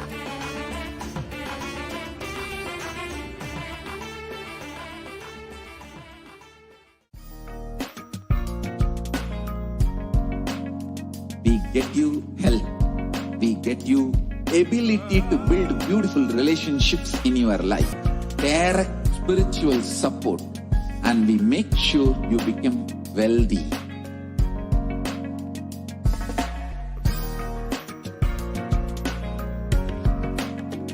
We won't stop giving you just good life. We will literally not stop till you live enlightened life. Manifesting the state of Paramashiva, space of Paramashiva, powers of Paramashiva, being of Paramashiva.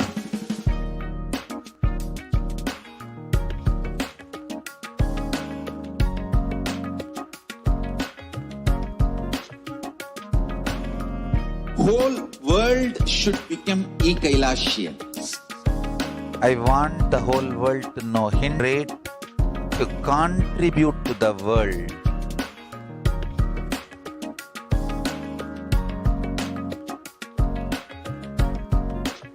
We have something great to contribute to the world. Let us do that.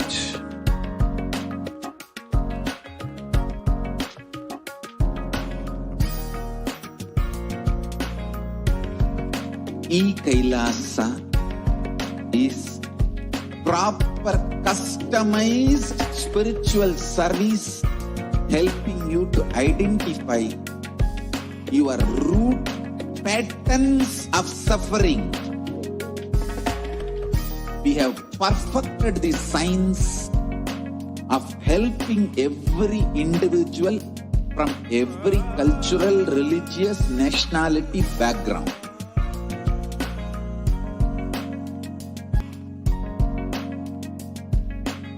You will have lowest reactionary assumptions, highest awakened response, alive response for life continuously.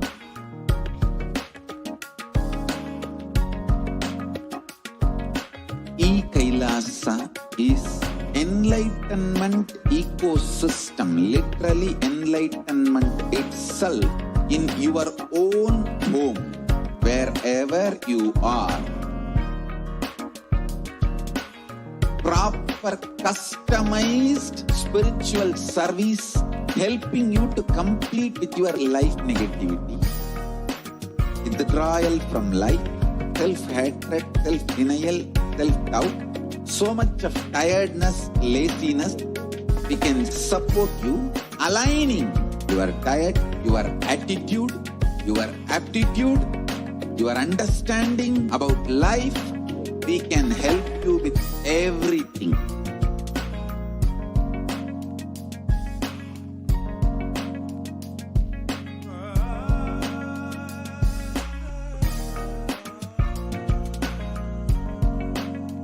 If you are interested in enlightenment, we will immediately bring this to you.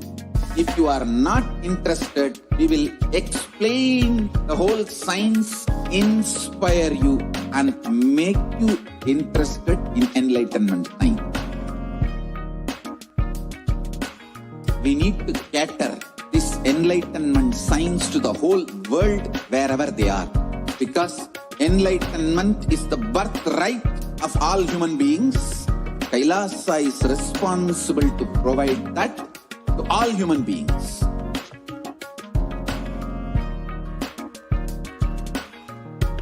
Kailasa is the totality of the knowledge I received from my gurus and manifested in my life, perfected by teaching millions of people from all cultures, time zones, backgrounds, genders, nationality, race, from every creed.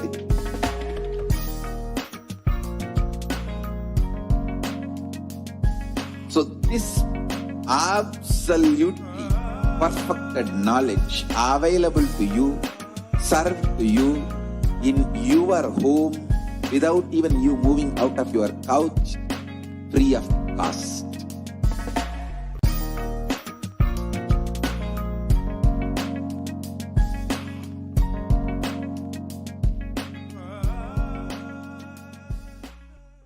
Just be alive for next 3 years. Don't die within next 3 years.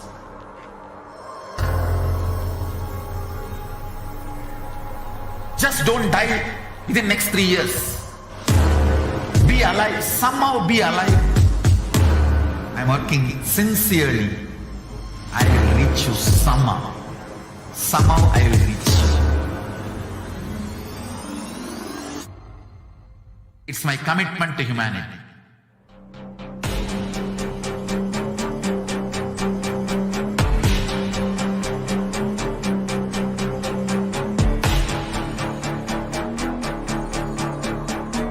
Just don't die within next 3 years. I will reach you wherever you are, whichever corner of the world you may be.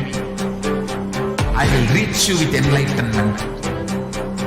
You manifesting the space, state, powers, being Paramashivoham. It is possible and is possible for you.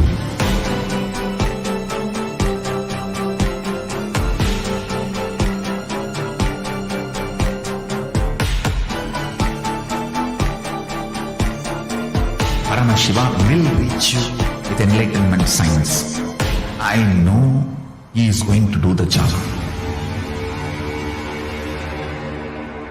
Just be alive for next 3 years. Nothing else.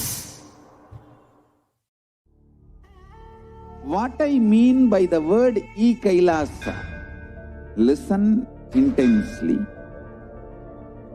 Enlightenment ecosystem, literally enlightenment itself, in your own home, wherever you are. If you cannot come to Kailasa, it's okay. Kailasa can come to you. Kailasa coming to you is e-Kailasa.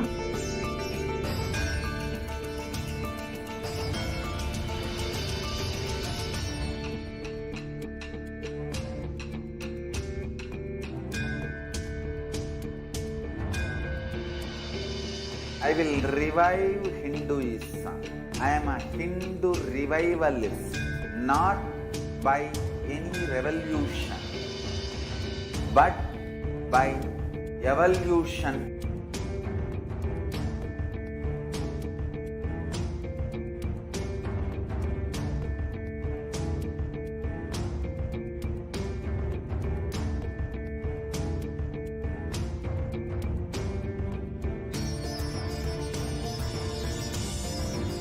And setting model communities.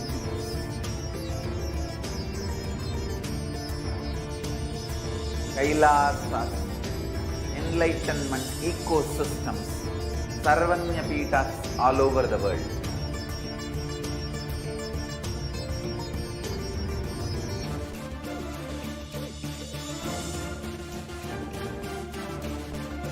All powerful cognition, knowledge, only when you live, power manifestation and possibilities manifestation happens. It's a fundamental truth.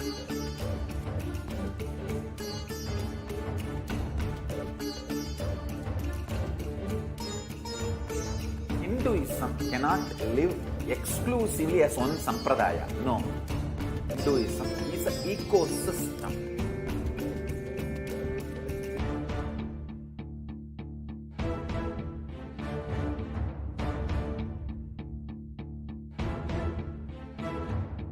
So don't keep quiet thinking that if one sampradaya is attacked, only that sampradaya is going to be affected. All of us are ecosystem.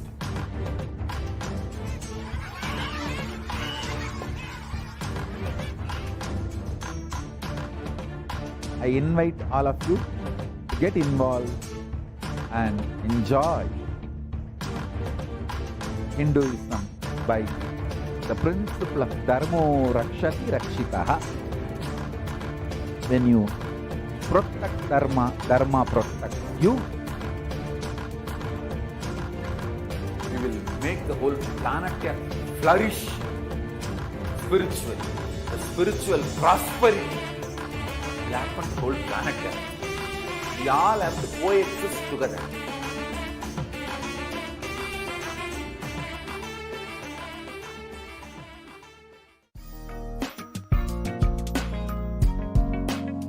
We get you health.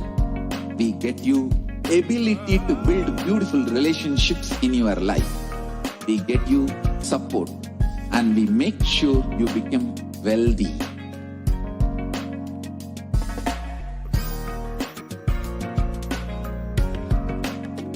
We won't stop giving you just good life. We will literally not stop till you live enlightened life.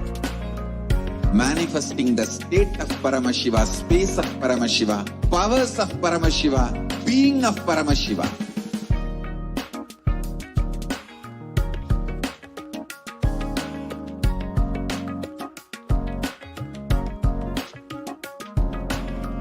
Whole world should become e-Kailashians. I want the whole world to know Hindus have something great to contribute to the world.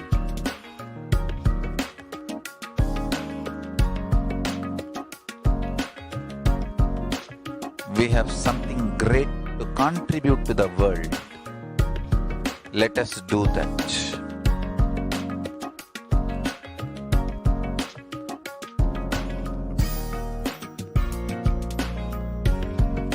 E-Kailasa is proper customized spiritual service helping you to identify your root pattern.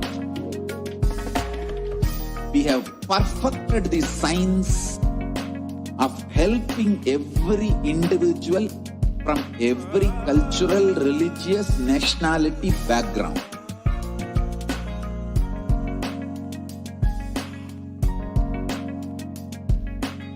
You will have lowest reactionary assumptions, highest awakened response, alive response for life continuously.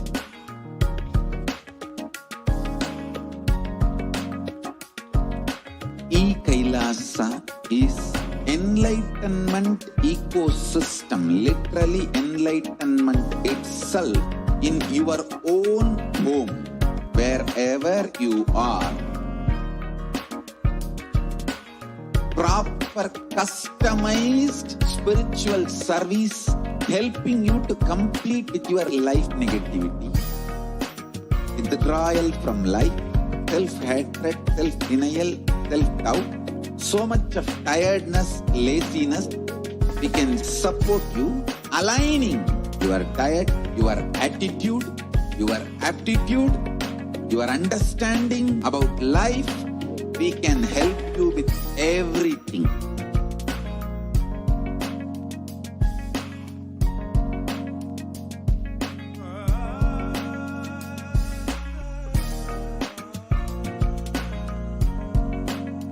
If you are interested in enlightenment, we will immediately bring this to you. If you are not interested, we will explain the whole science, inspire you and make you interested in enlightenment science.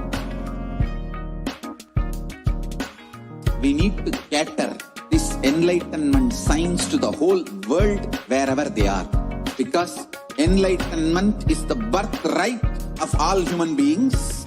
Kailasa is responsible to provide that to all human beings.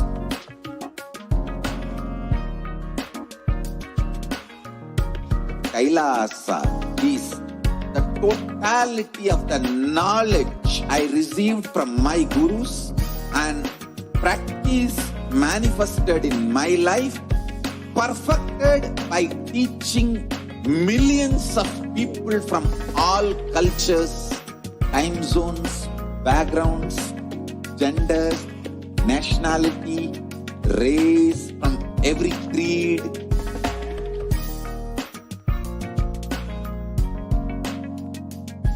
So this absolutely perfected knowledge available to you, served to you in your home without even you moving out of your couch, free of cost.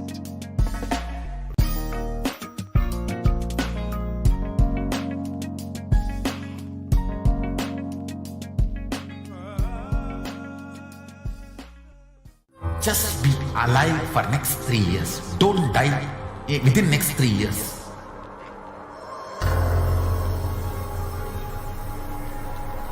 Just don't die within next 3 years. Be alive. Somehow be alive. I'm working sincerely. I will reach you somehow. Somehow I will reach you. It's my commitment to humanity.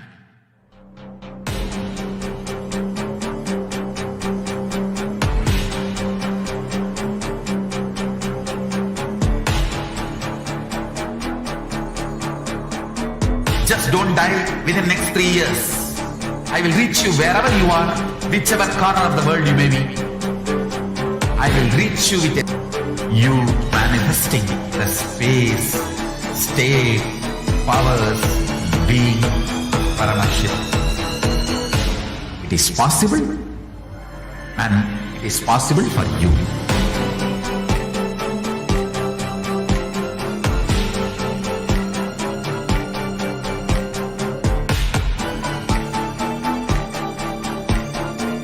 Paramashivoham will reach you with enlightenment science. I know he is going to do the job. Just be alive for next 3 years. Nothing else. What I mean by the word e-Kailasa, listen intensely.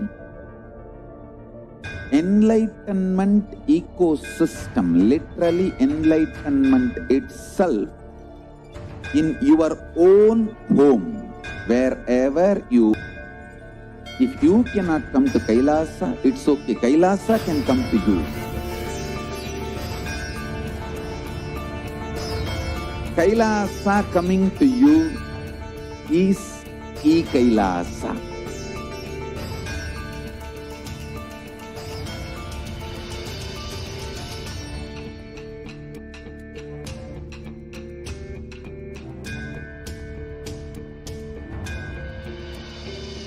I will revive Hinduism. I am a Hindu revivalist, not by any revolution, but by evolution.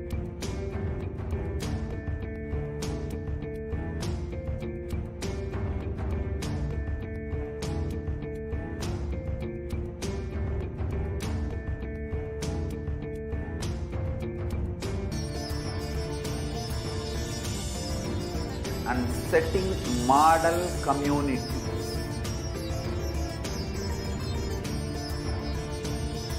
Kailasas, enlightenment ecosystems, Sarvanya Pitas all over the world.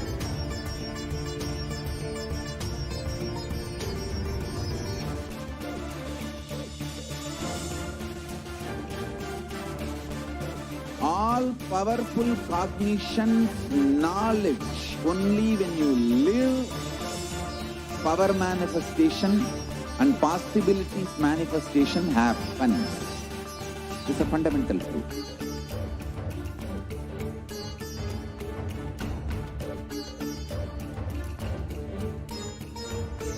Hinduism cannot live exclusively as one sampradaya. No. All sampradayas of Hinduism is an ecosystem.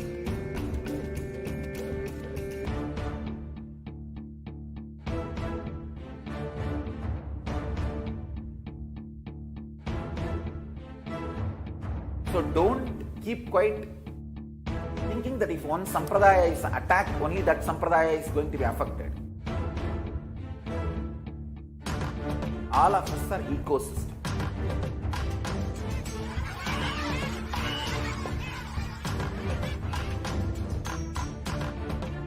I invite all of you to get involved and enjoy Hinduism by the principle of Dharmo Rakshati Rakshitaha. When you protect Dharma, Dharma protects you. We will make the whole planet flourish spiritually.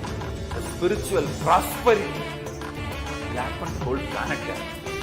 We all have to coexist together.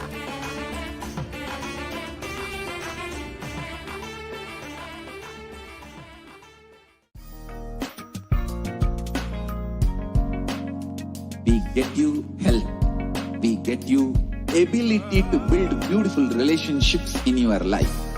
We get you direct spiritual support, and we make sure you become wealthy.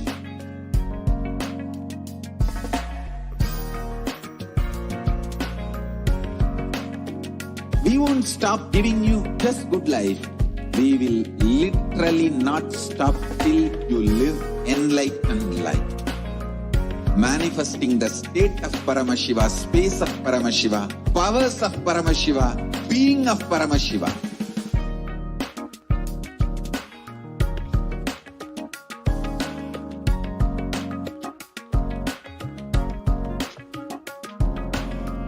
Whole world should become e-Kailashian. I want the whole world to know Hindus have something great to contribute to the world.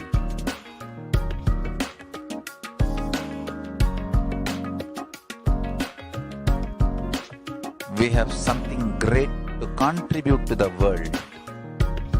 Let us do that.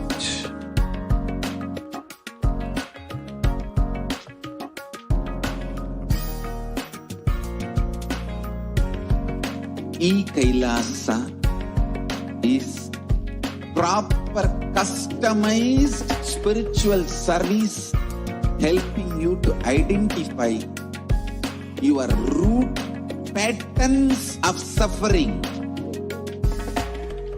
We have Nithyanandam, welcome back, dear viewers. Now we have a very special, exciting announcement. We will be having the live Bhagavan Sundareshwara Darshan manifesting to the Supreme Concept of Hinduism very shortly at 10 p.m. IST. So do stay tuned for that. Now let's understand who is Bhagavan Sundareshwara and how he is manifesting to the Supreme Concept of Hinduism.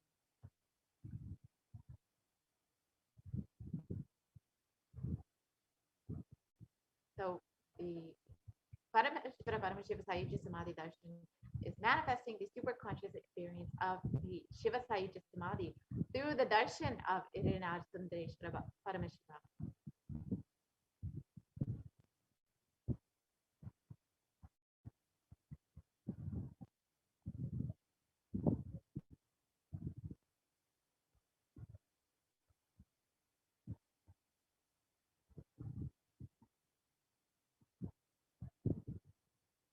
So get ready for the rare, unique, powerful initiation into the God equation to make human beings into multi by Bhagavan Sundareshwara Paramashiva.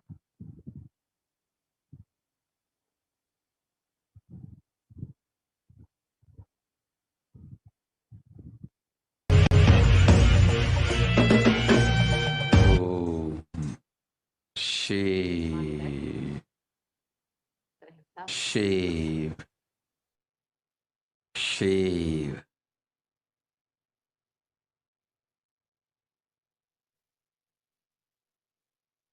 Paramashiva, I will manifest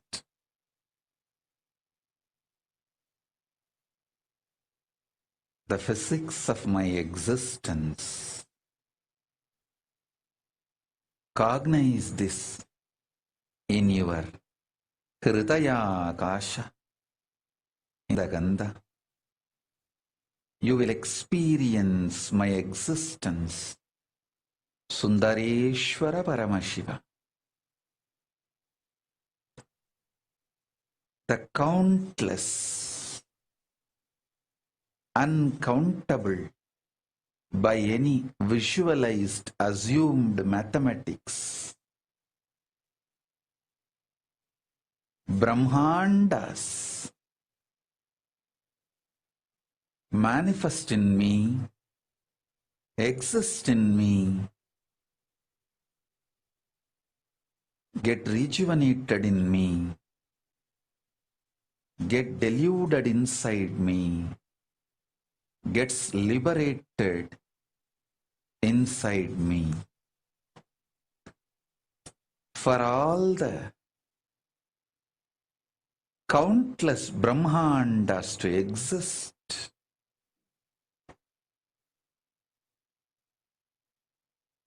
to get created, to get sustained, to get rejuvenated, to get deluded, to get liberated. I am the space.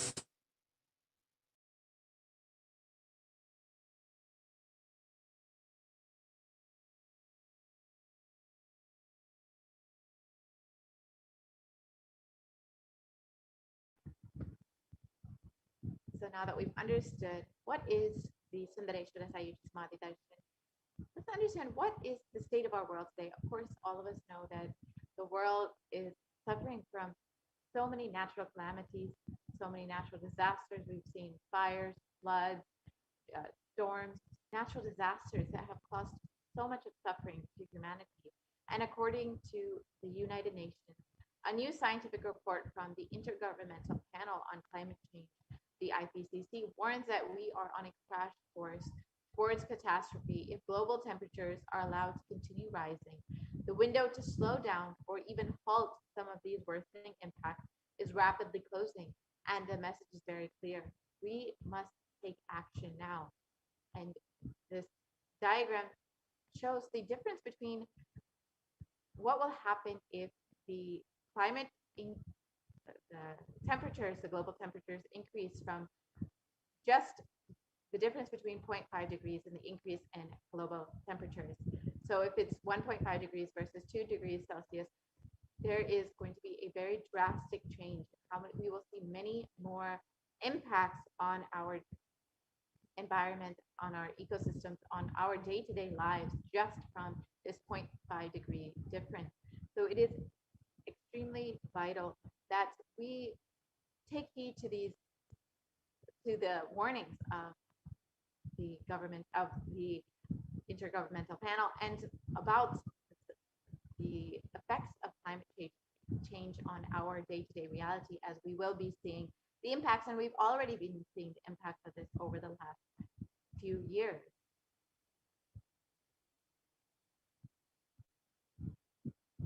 So now let us watch a short video.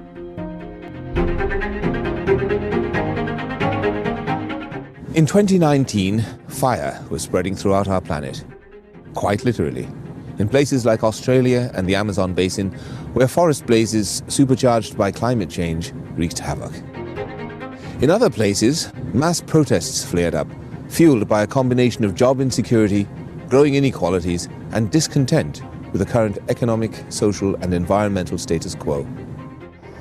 The economy has slowed down globally, stifled by trade tensions and political uncertainty. The little growth we have had has failed to reach those who need it the most.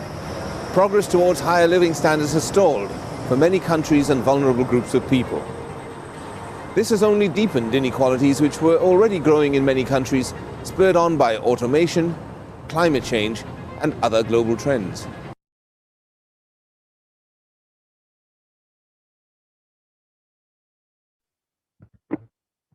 So we've seen how much suffering we've experienced as a humanity over the last few years due to the natural disasters, the global pandemic, and many people falling into poverty, the economic crisis, due to all of these other elements that have brought so much devastation to the world.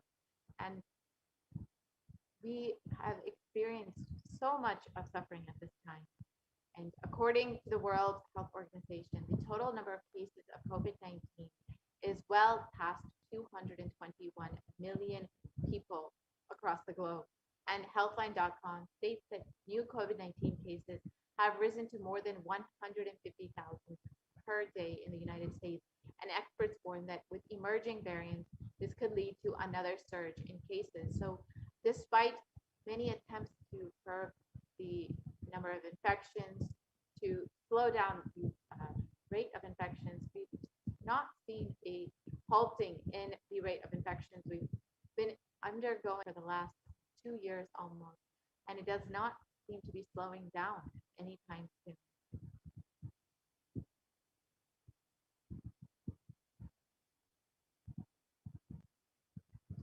And it is at this time Bhagavan Sundareshwara has come down to alleviate the suffering of humanity. HDH Nithyananda Paramashivam is the greatest and most unique manifestation of Paramashiva as a complete being. He assumes the physical, subtle, light bodies as and when he wants, plays with all the physical realities, and corrects, alters, intervenes, influences, changes, adds, removes, deletes anything in the physical plane as and when he likes, without even a reason, just for fun.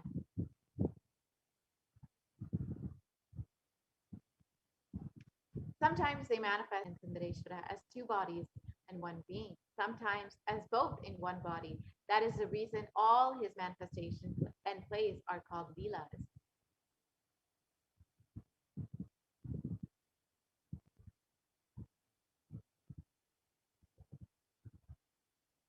From the Shuddha-Advaita Paramashiva Sayujya Samadhi space, Irina Sundareshwara Paramashiva will be manifesting through this supreme manifestation.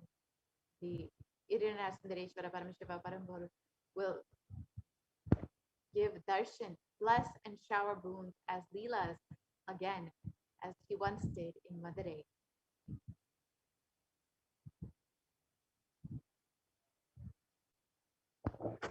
Sundareshwara Paramashiva himself has come down again in the form of the Supreme Concept of Hinduism, Jagat Guru Mahasannidhanam, His Divine Holiness, Bhagavan Nithyananda Paramashivam, as Swamiji, just to continue his legacy and Leelas.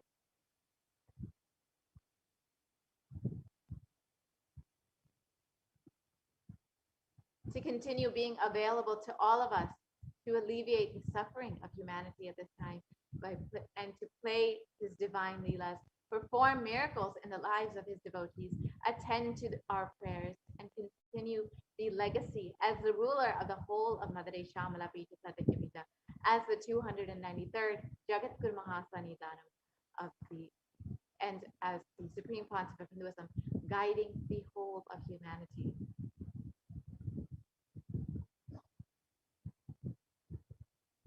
And when you witness the Bhava Samadhi Darshan, your neurons mirror that of the avatar. The mirror neurons activate and process all the observed movements or information of the avatar just by seeing.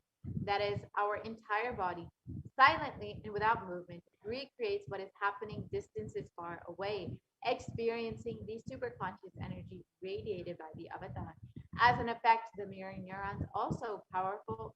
All the powerful cognitions and powers of Bhagavan Sundareshwara are mirrored inside of you.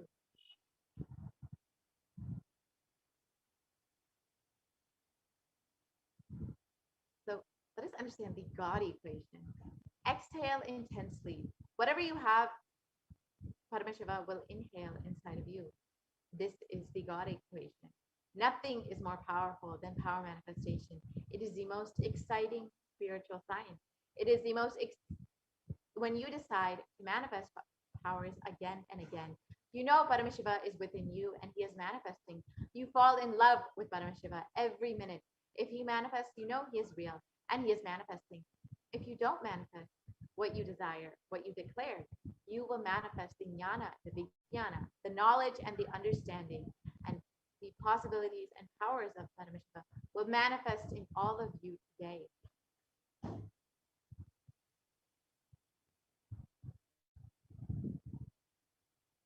So now, let us understand who is the Supreme Concept of Hinduism, who is manifesting Bhagavan Sundareshwara for each and every one of us to continue all his leelas and legacies once again.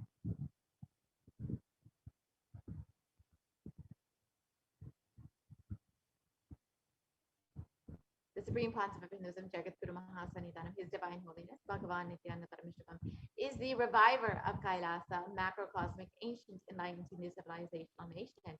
And the Supreme Concept of Hinduism is the 1008th incarnation of Paramashiva as per Hinduism, recognized by his predicate adepts. The Supreme Concept of Hinduism has made the science of power manifestation, yoga, and temple-based universities as a lifestyle for humanity.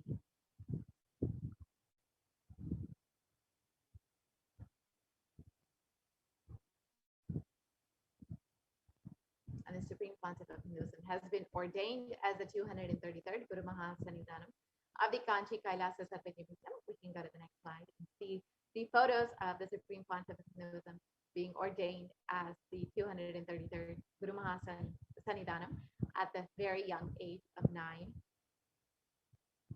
Yes, we can continue to the next slide, please. Yes, so you can see here the Supreme Concept of Hinduism being coronated, ordained as the 233rd Guru Mahasannidhanam of the Kanchi Kailasa Sarvajnapeetham, the Tonde Mandaladinam, at the ripe age of 9. And here you can see the Supreme Concept of Hinduism doing Abhishekam for the deities of the Surya Vamshi Sangi Samrajam, where the Supreme Pontiff of Hinduism is the incumbent emperor of.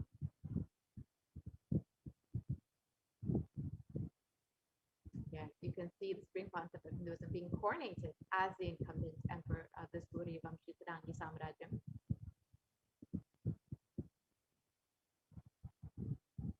And the Supreme Pontiff of Hinduism has also been coronated as the 293rd Jagat Guru Mahasannidhanam of the Kailasonatha Shamala Pija Sarvajna Pija.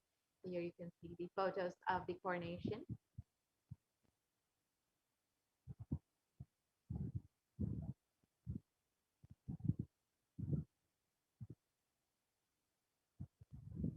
And the Supreme Pontiff of Hinduism is also the present Mahamandalesha of the Mahanirvaniya Pada, the largest apex monastic order.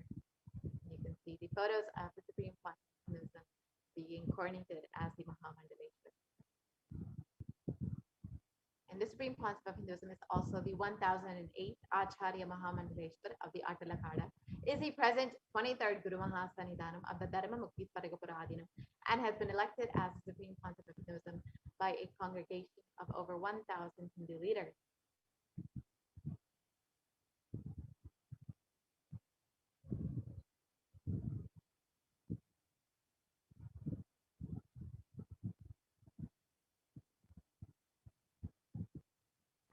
You can see the Supreme Pontiff of Hinduism being recognized by his contemporaries.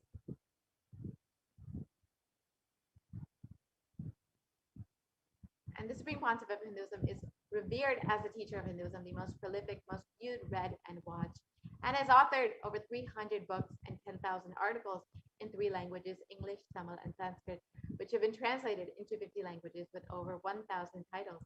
And the Supreme Pontiff of Hinduism has over 20 million copies of books and articles sold, read, and downloaded, and has over 10,000 hours of discourses delivered, has enriched and enriched over 1 billion lives digitally, and is respected as a commentator of all sacred scriptures such as the Upanishads, the Bhagavad Gita, the Shiva Sutras, the Brahma Sutras, the Yoga Sutras, the Ashtavakra Gita, the Jain Sutras, and many more.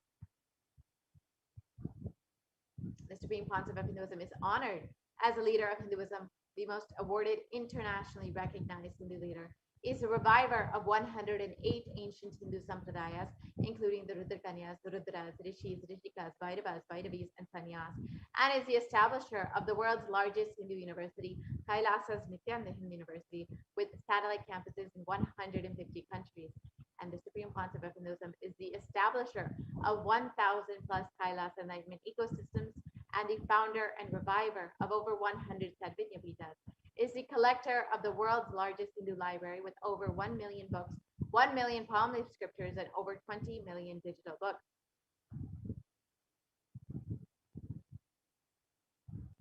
And the Supreme Pontiff of Hinduism has established spiritual de facto embassies of Kailasa all across the globe, which include 22 Hindu universities, 186 extended campuses of NHU, 242 Nithyananda Gurukuls, 22 Nithyananda Nyanalayas, 38 temple monastery complexes, 2,100, more than 2,100 Paramashivoham shakas, over 1,800 youth centers, 19 kingdoms or Sarvajna Pitas, 25 e-Kailasas, over 1,800 ASB centers, 120 temples, over 5,300 healing centers, 22 food banks, 12 animal shelters, 34 satsang temples, 418 Paduka mandirs, and over 2,100 satsang centers. And each of these spiritual de facto embassies act as enlightenment ecosystems to nurture the science of enlightenment and share it with the world, especially at this time when the world is in need of the sciences, the spiritual truths from Hinduism.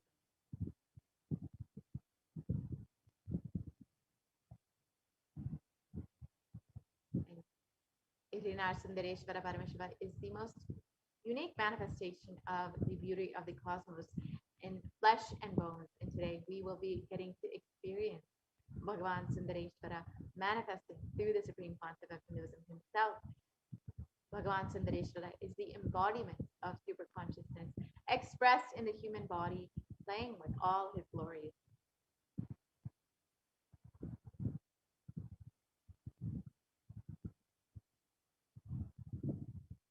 Bhagwan's is the greatest, most unique, and most complete manifestation of Paramashiva.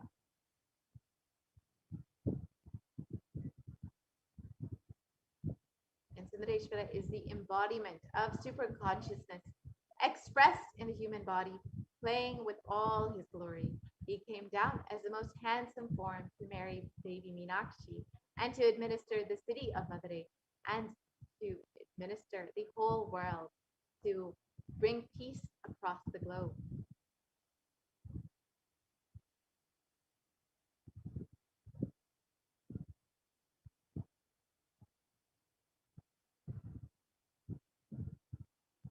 And to ensure this tradition of living masters continues on to elevate the humanity for millennia, Bhagavan Sundareshwara and Devi Meenakshi enthroned their direct representatives and their divine energies in the form of the continuing lineage of living masters, the Guru Mahasannidhanams, with the responsibility to train and groom the kings in administration, constitution, and governance, acting as regents. They also performed the spiritual initiations on the kings and the citizens of the kingdom, imparting the enlightenment science to them. And of course, the lineage began with Devi Meenakshi and Bhagavan Sundareshwara and has been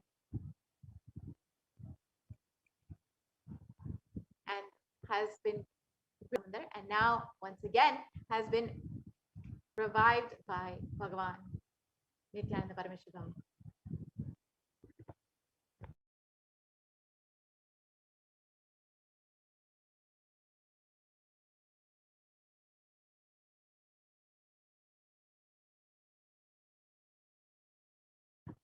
Sorry, we can go back to the previous slide, please. Yes, we can go back to the previous slide, please.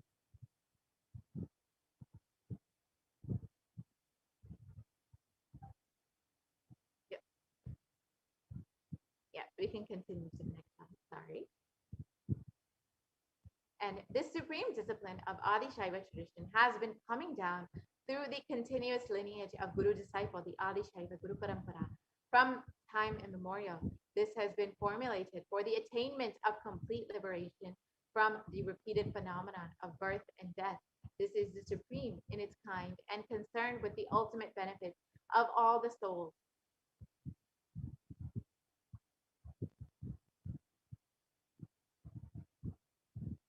And on the 27th of April 2012, the Kailasana Shamala Pita Sarvindya Pita's rare and sacred lineage of pontiff has been systematically carried over in an unbroken progression from the ages.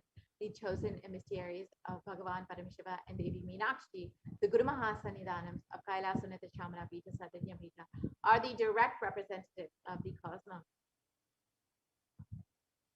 And on the 27th of April 2012, Srila Shri Nithyananda Shri Jnanasambandadeshika Paramacharya Swamigal was formally appointed as the 293rd Guru Mahasannidhanam of the Kailas Lonada Shamala Pita Sadhyamita, our very own Swamiji. And he is the lawful successor, descendant, and inheritor, invested with all the powers, duties, obligations to perform the rituals, spiritual, religious, and customary rites vested in the Kailas Lonada Shamala Pita Sadhyamita, and has been reviving its spiritual, religious, and linguistic epicenters to their original glory.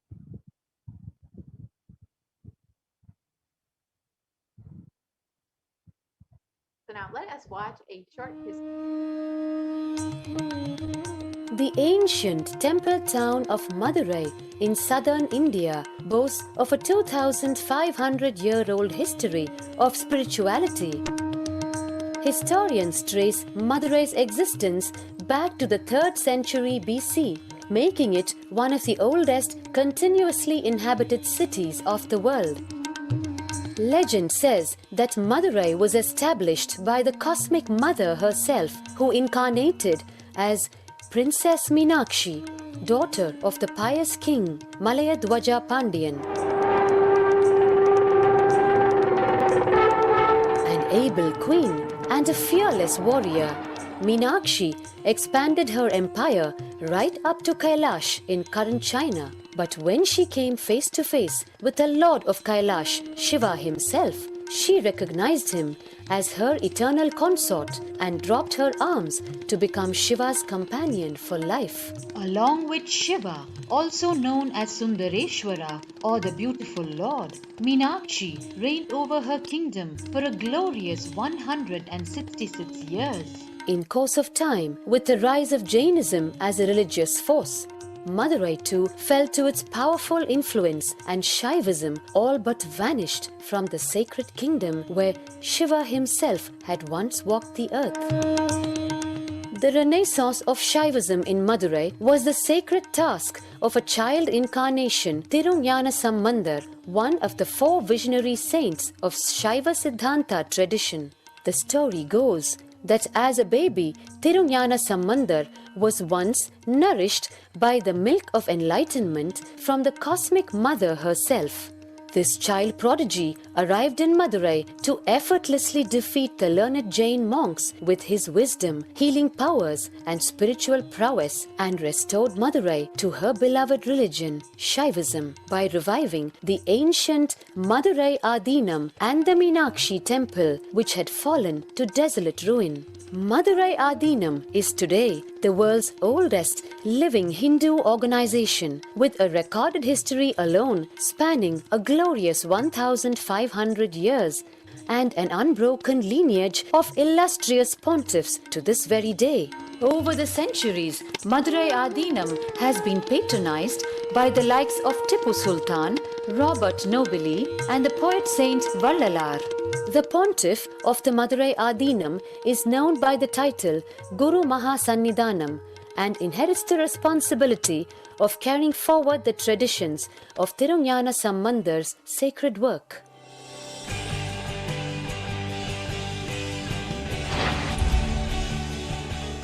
On 27th April 2012, a new era began in the history of Madurai Adinam.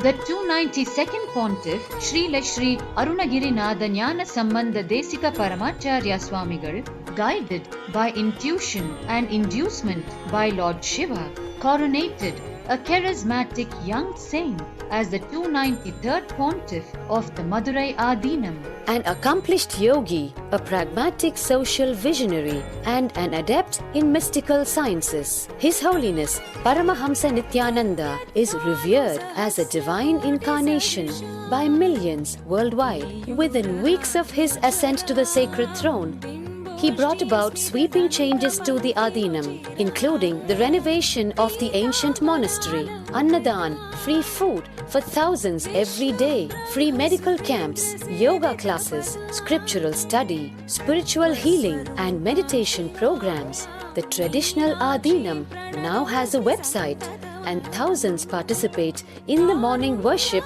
and spiritual talks via live streaming and two-way video conferencing. Vast properties belonging to the Adinam are being reclaimed from illegal encroachment. Its numerous temples are being restored to sanctity, and the neighboring villages are being adopted, with basic amenities, education, and medical care being provided for all. His Holiness dreams of an authentic Vedic renaissance for which India has already waited too long. Here, I take the commitment of making Madurai Adinam as an international religious organization.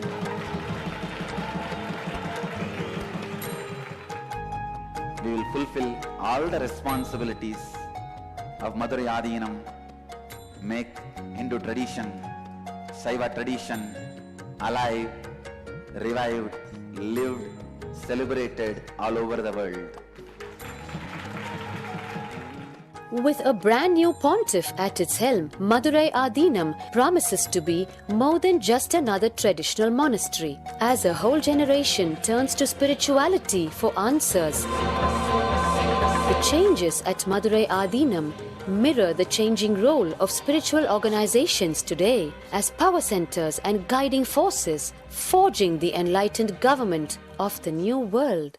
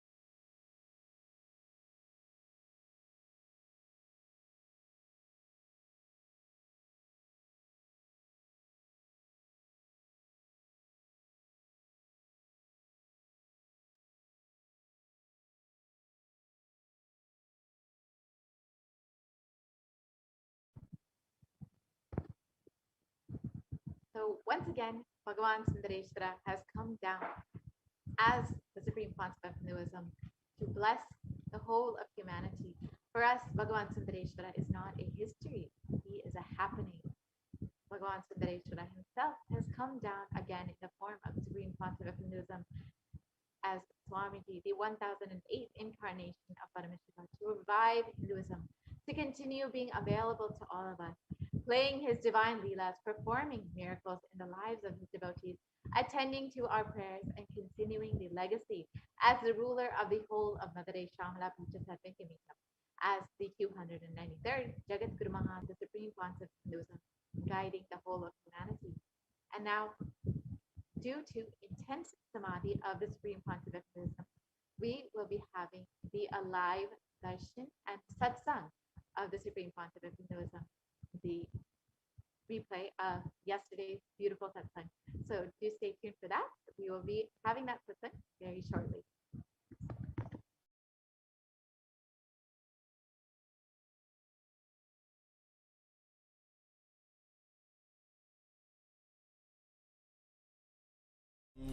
Nithyananda Paramashivoham. Om Nithyananda Paramashivoham. Om Nithyananda Paramashivoham. Om Nithyananda Paramashivoham. Om Nithyananda Paramashivoham. Om Nithyananda Paramashivoham. Om Nithyananda Paramashivoham. Om Nithyananda Paramashivoham. Om Nithyananda Paramashivoham. Om Nithyananda Paramashivoham. Om Nithyananda Paramashivoham. Om Nithyananda Paramashivoham. Om Nithyananda Paramashivoham. Om